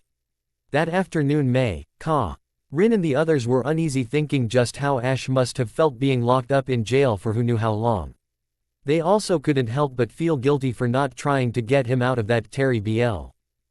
place he had been thrown into like a common criminal, but they had no choice in the matter, so they decided to see him later in the afternoon. After a few hours of hanging about, a little after sunset, Karen, May, Brock, Max and Pikachu went to town to spend some time with Ash. As they passed by the hospital they could see several workers and carpenters working to fix the damage. They also looked towards a path Karen was looking at as they passed by. It was Old Man Petrov's path to his mansion. The man was a historian and owned a museum in Alexandria City, which was not so far from Northbridge town. Karen sighed deeply as she tried to figure out why he had been so unfair in his decision towards Ash. Usually he was kind and caring and believed strongly in the fact that everyone deserves a second chance. As the sun sunk under the mountain roots, the sky was starting to get dark, and as the street lights turned on they were approaching the police station. Northbridge being a peaceful town and almost always tranquil, Karen knew only Officer Jenny would remain behind until a replacement came by at midnight. As they walked past the gate of the station, they saw two officers leaving and one of them walking back inside. One of the officers stopped the small group of kids and said, "Can I help you kids?" "It's all right, Officer Helga. We're just looking for Officer Jenny. Is she around?" The other officer that had walked back in came out to see what they were doing there and said as he looked at Officer Helga, "Officer Jenny's not back yet. What in Grimm's name could she be doing that is taking so long?" Officer Helga sighed and said, "Want me to stay behind and wait till she comes back?" "Sure." Officer Helga walked back inside and told the kids to follow her inside as well. Once in Ma X looked around and was suddenly frightened by the rough-looking inmates in the cells. Pikachu, however, went ahead and looked for Ash while May and Brock waited behind Karen, who was talking to Officer Helga. Once Pikachu found Ash, it tried to squeeze in between the bars, but it was futile. Ash got up from the floor when he saw his loyal companion and went to the bars. He stretched his arm through He small space between them and petted Pikachu. Both looked at each other sadly to see one another so far. Both of them were just mere inches from each other, but to see one another separated by steel bars felt like they were in separate continents. May saw where Ash was being held and so she rushed over, followed by Max, Brock and then Karen. They stood close by and asked if he was all right, a tippy Cal question any friend would ask under such conditions. Ash might have looked sad, but he was feeling anything but sadness. The urge to strangle anyone who would dare to annoy him would be a bit satisfying. As they spoke for a while, the clock struck 9:15 and Officer Helga was growing both impatient and worried that Officer Jenny had not returned yet from wherever it was she went to. She picked up the phone and dialed down a number and waited for an answer. She let the phone ring for 5 minutes but then hung up and placed her right hand over her mouth in a worried gesture and looked at the kids. "All right guys. It's getting pretty late. You should head back home." All of them, including Pikachu, jeered and muttered in a low enough tone so that Officer Helga could not hear them. One by one, they slowly got up from sitting on the chairs and said their goodbyes, which to their surprise were a tad more painful than they had anticipated. After all, they were leaving Ash in a jail cell. Helga watched as they walked by her, and as soon as Brock, who was the last one in line, walked past her, she followed them to the front door. As Max opened the door, he let out a scream as he looked up and saw someone standing in front of him aiming a 9mm right at Officer Helga. The person right in front of Max was tall. Whoever that was had on a black ski mask with holes where the eyes were located. From the form of the person they could tell it was a woman. It wasn't hard to figure out since one look at the breast area indicated it was a woman. This woman wore a long-sleeved turtleneck shirt colored dark purple. Perfect for blending into the darkness of the night. She also wore long tight black pants and some gray sneakers. Once she got a glimpse of Max and the other kids, she muttered a few swears under her breath but proceeded to walk into the station. Right behind the masked woman came in two more people. These weren't as tall and they certainly were men. They also wore ski masks and both wore black shirts. One was long-sleeved and the other was not. Both of them also wore black pants but were baggy. Instead of guns, they both held ropes and duct tape in their hands. Officer Helga tried to reach for her waist, which was where she kept her 9mm, but the woman in the ski mask yelled out several orders. "Don't even think about it, officer. Now, do make this easier for us and sit at your desk." Officer Helga wanted nothing more but to place this assailant under arrest, but she had to think of the safety of the inside, so she did what she had been told. She sat down and the masked woman looked at one of the men beside her and signaled him towards Officer Helga. He walked over but Pikachu zapped him with a thunderbolt attack. The other man quickly reached for his back and pulled out a strange-looking gun. The nozzle was very wide and when he pulled the trigger a huge silver object had been shot right out and in midair it expanded into what appeared to be a net.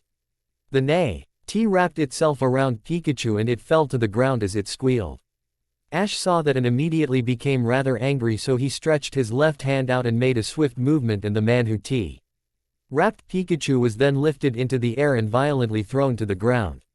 The very second he hit the cold hard floor he let out a pain-sticking scream, and the man that had been sent to tie up Officer Helga also reached for his back and drew a similar gun at Ash. He walked over to his cell while aiming the gun at him and said in a whisper, "We will not hurt any of you. Just sit back and let us do our job, trust me. You'll thank us later for this." "Why should I trust you?" We're here to bust you out.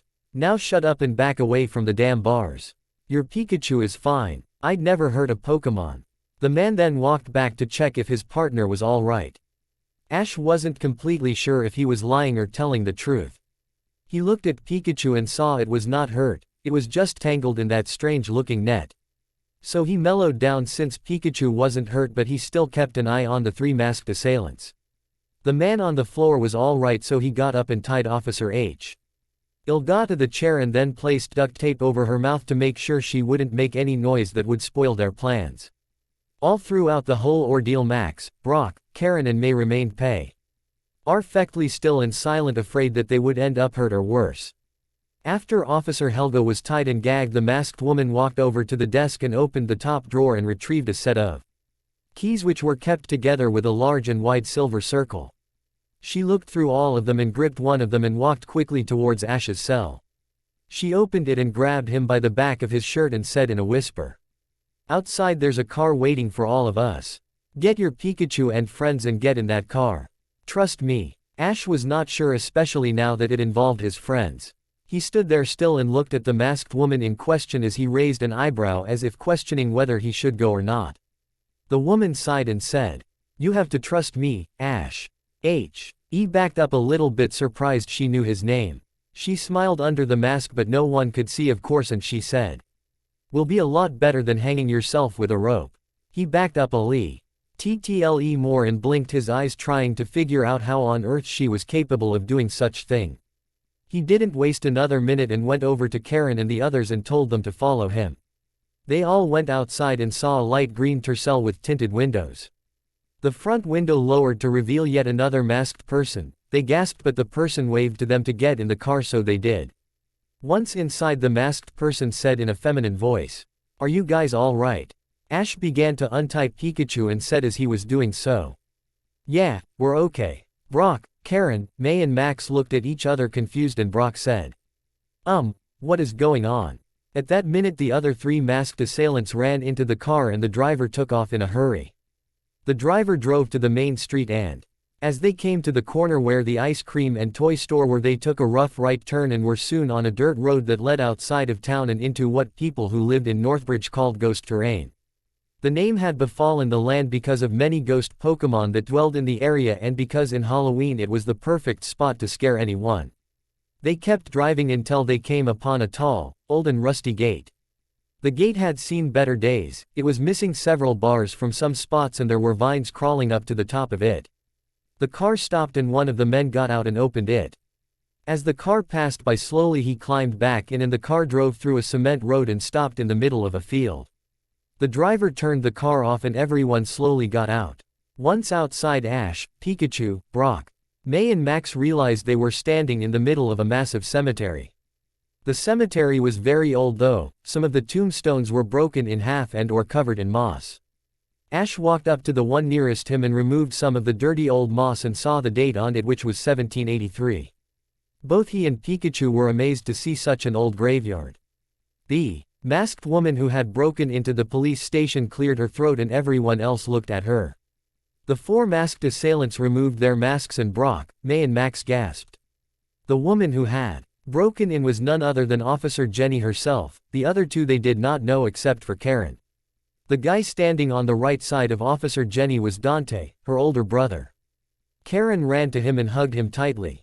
The guy on the other side was a friend of theirs and the driver was Nurse Joy. Brock, of course, was found with his mouth wide open and in shock that the two women he so admired and ran after every time he saw them had done such an act. Officer Jenny and Nurse Joy. "I've died and gone to heaven." He ran up to both of them and held one of their hands and said, "You ladies were magnificent. Marvelous. No one could have pulled this off better than you." Max, of course, had heard enough, so he walked up to Brock and pulled him by the ear and dragged him away. They were shocked to see Nurse Joy dressed in a black tank top with a dark blue short skirt and Officer Jenny dressed in something else other than her uniform. Of course, to pull off what they had just done they couldn't wear a blue police uniform or a pink nurse's outfit. They all stood there in silence and minutes later Officer Jenny broke the silence. "You guys must be pretty confused, huh?" Ash walked up to the front of the group and as he crossed his arms he said, "You have no idea. Nurse Joy giggled in that sweet way she always did and said, "We decided to break you out of that horrible place. Jenny Stroh. NGLY believed you guys were telling the truth, and this morning I passed by the doctor's house as I always do and saw you kids playing in the backyard, and as soon as I reached town I saw, well, him, destroying the hospital." Dante, Karen's older brother, stepped forward and looked at Ash and said, "Well, I see you touched the white sphere. Well, let's get to the point of this darling little meeting we have here. I assume my dad explained the history in the spheres, correct?" Ash and the others nodded, and so Dante moved on to explain a little something about the spheres his father had not mentioned. This is not the first time Eris and Thanades have gotten out. You're asking yourself how the hell could have Eris and Thanades been trapped back into the spheres? Well, usually it always ends pretty badly for whoever touched the white sphere. Dante stopped and sighed as he looked across the kids and said once more, "Eris can be stopped with a move, you know." Ash knew the move, so he finished the sentence for him. "Shadow's light. I know. That's right. Now usually when hit with it Eris would be knocked out. It would be as if a hydro pump hit a Charmander. How do we get Eris back into the black sphere? Simple. We place the black sphere in the palm of her right hand and she will then be trapped in it." May was struck with the fact that Eriscordia had placed a curse on both spheres and they were first trapped in the sphere, so she asked a question that was pretty much in all of their minds. What if we manage to trap her into the sphere and she pulls off the curse she pulled off when first trapped? Dante shook his head and said as he looked at Ash, "Won't work. He isn't. The O curse was meant for the original Thanades, not those who followed." Ash was certainly relieved to hear but then he became both bothered and concerned with a question that popped into his head. A question he would rather ask quickly and get over it than to have it dwell in his mind and have it bother him. Let's say I manage to beat Eris and trap her back in the sphere. What happens to me? They all looked at Dante and awaited his answer. In the back of his mind Ash knew there was a chance this venture would end either bad or good. It was far too early to tell, but he had plenty of time to prepare for whatever fate had in store for him. Whatever was to happen, he came to the conclusion that he would do all he could within his power to return Eriscordia to where she belonged. Dante also thought the same way as Ash did, but he didn't know what would happen either, so he decided not to frighten anyone at the moment, so he smiled and said, "First we learn to crawl before we walk." The message was pretty clear to him and he felt no worry at the moment. All throughout this ordeal there was just one question that had Dante, Karen, Officer Jenny and Nurse Joy and Dante's friend CJ puzzled. Karen said as she looked at a tombstone, knowing it was the same question in everyone's mind. "How did Eris get out of the bloody sphere?" Officer Jenny stood up and said, "That's what we need to find out. Who let her out?" Both the black sphere and the white sphere were safely hidden in Dr. Marco's house. In his office room inside a vault which was hidden behind a painting on the wall. 2 people in the world only knew the combination to the vault. Dr. Marco himself and Petrov were the only living people who knew the combination. A combination which was changed every 6 months for security reasons.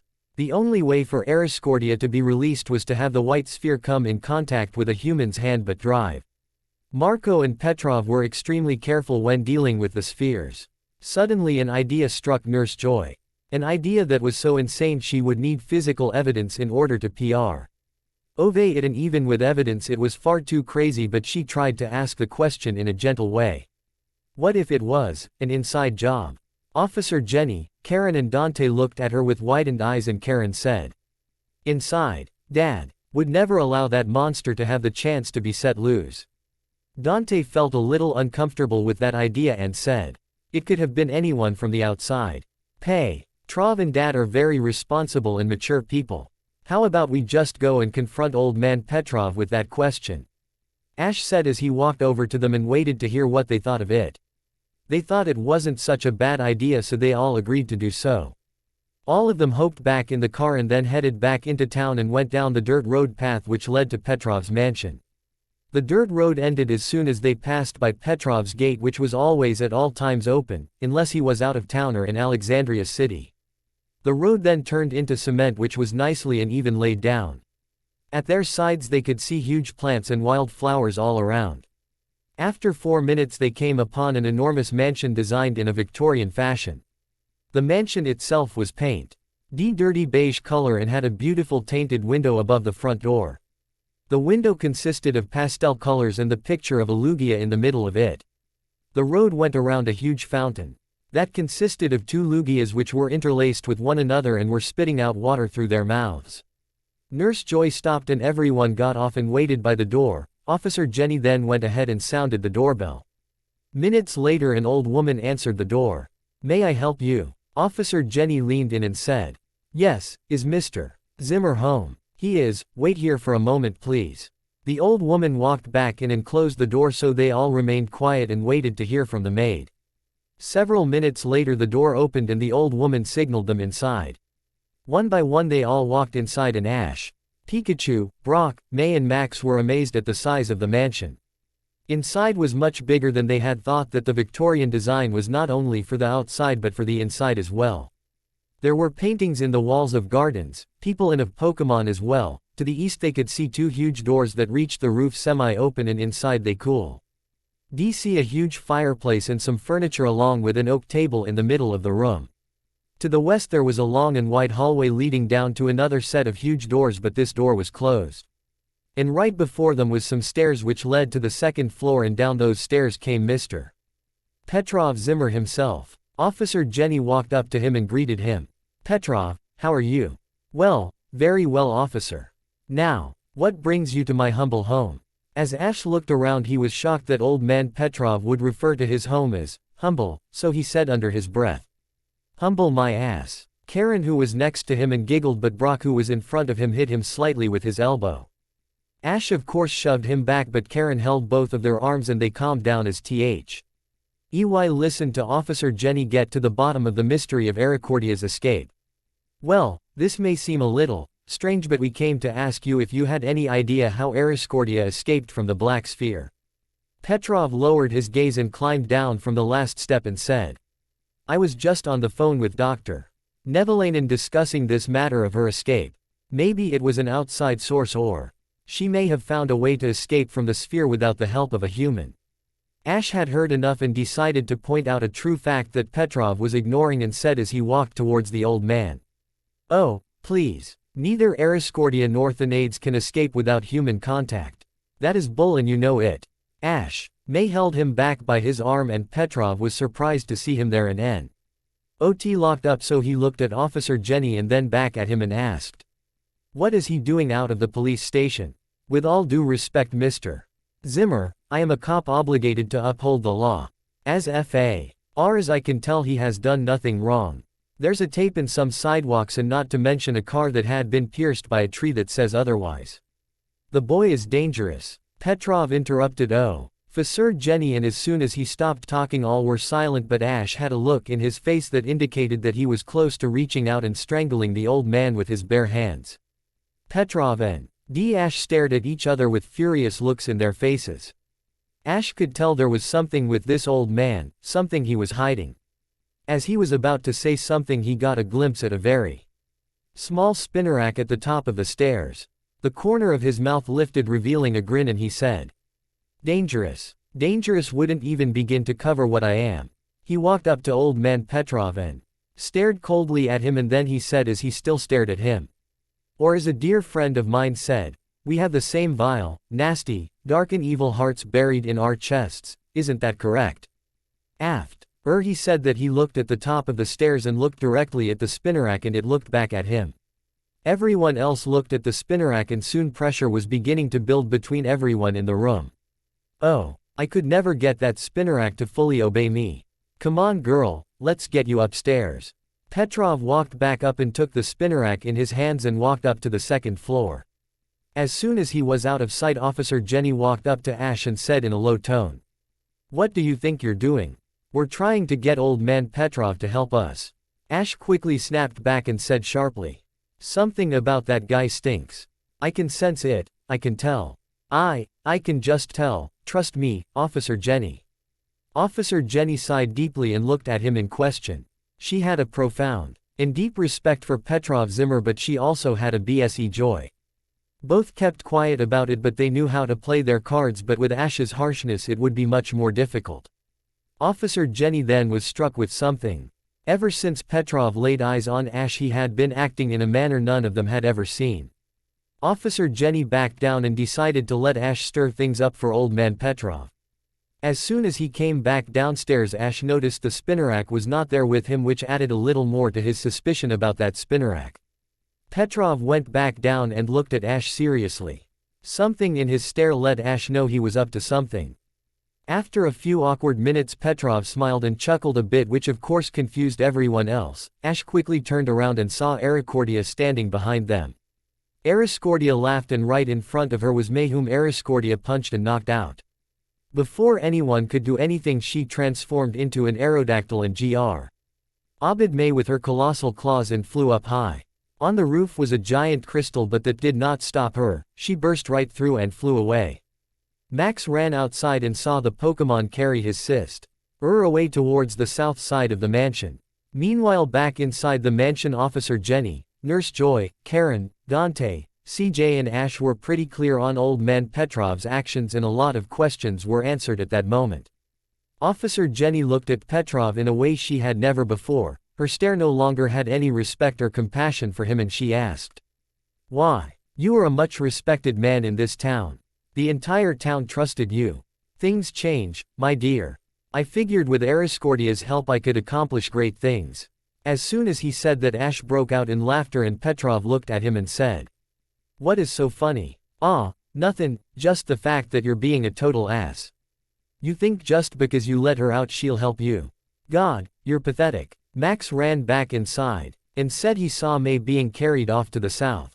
Nurse Joy immediately knew that the aerodactyl was headed towards Alexandria City. Ash, Dante, CJ and Karen stepped forward in a threatening MPT to confront old man Petrov, but as they did, some shadows walked down from the top of the stairs.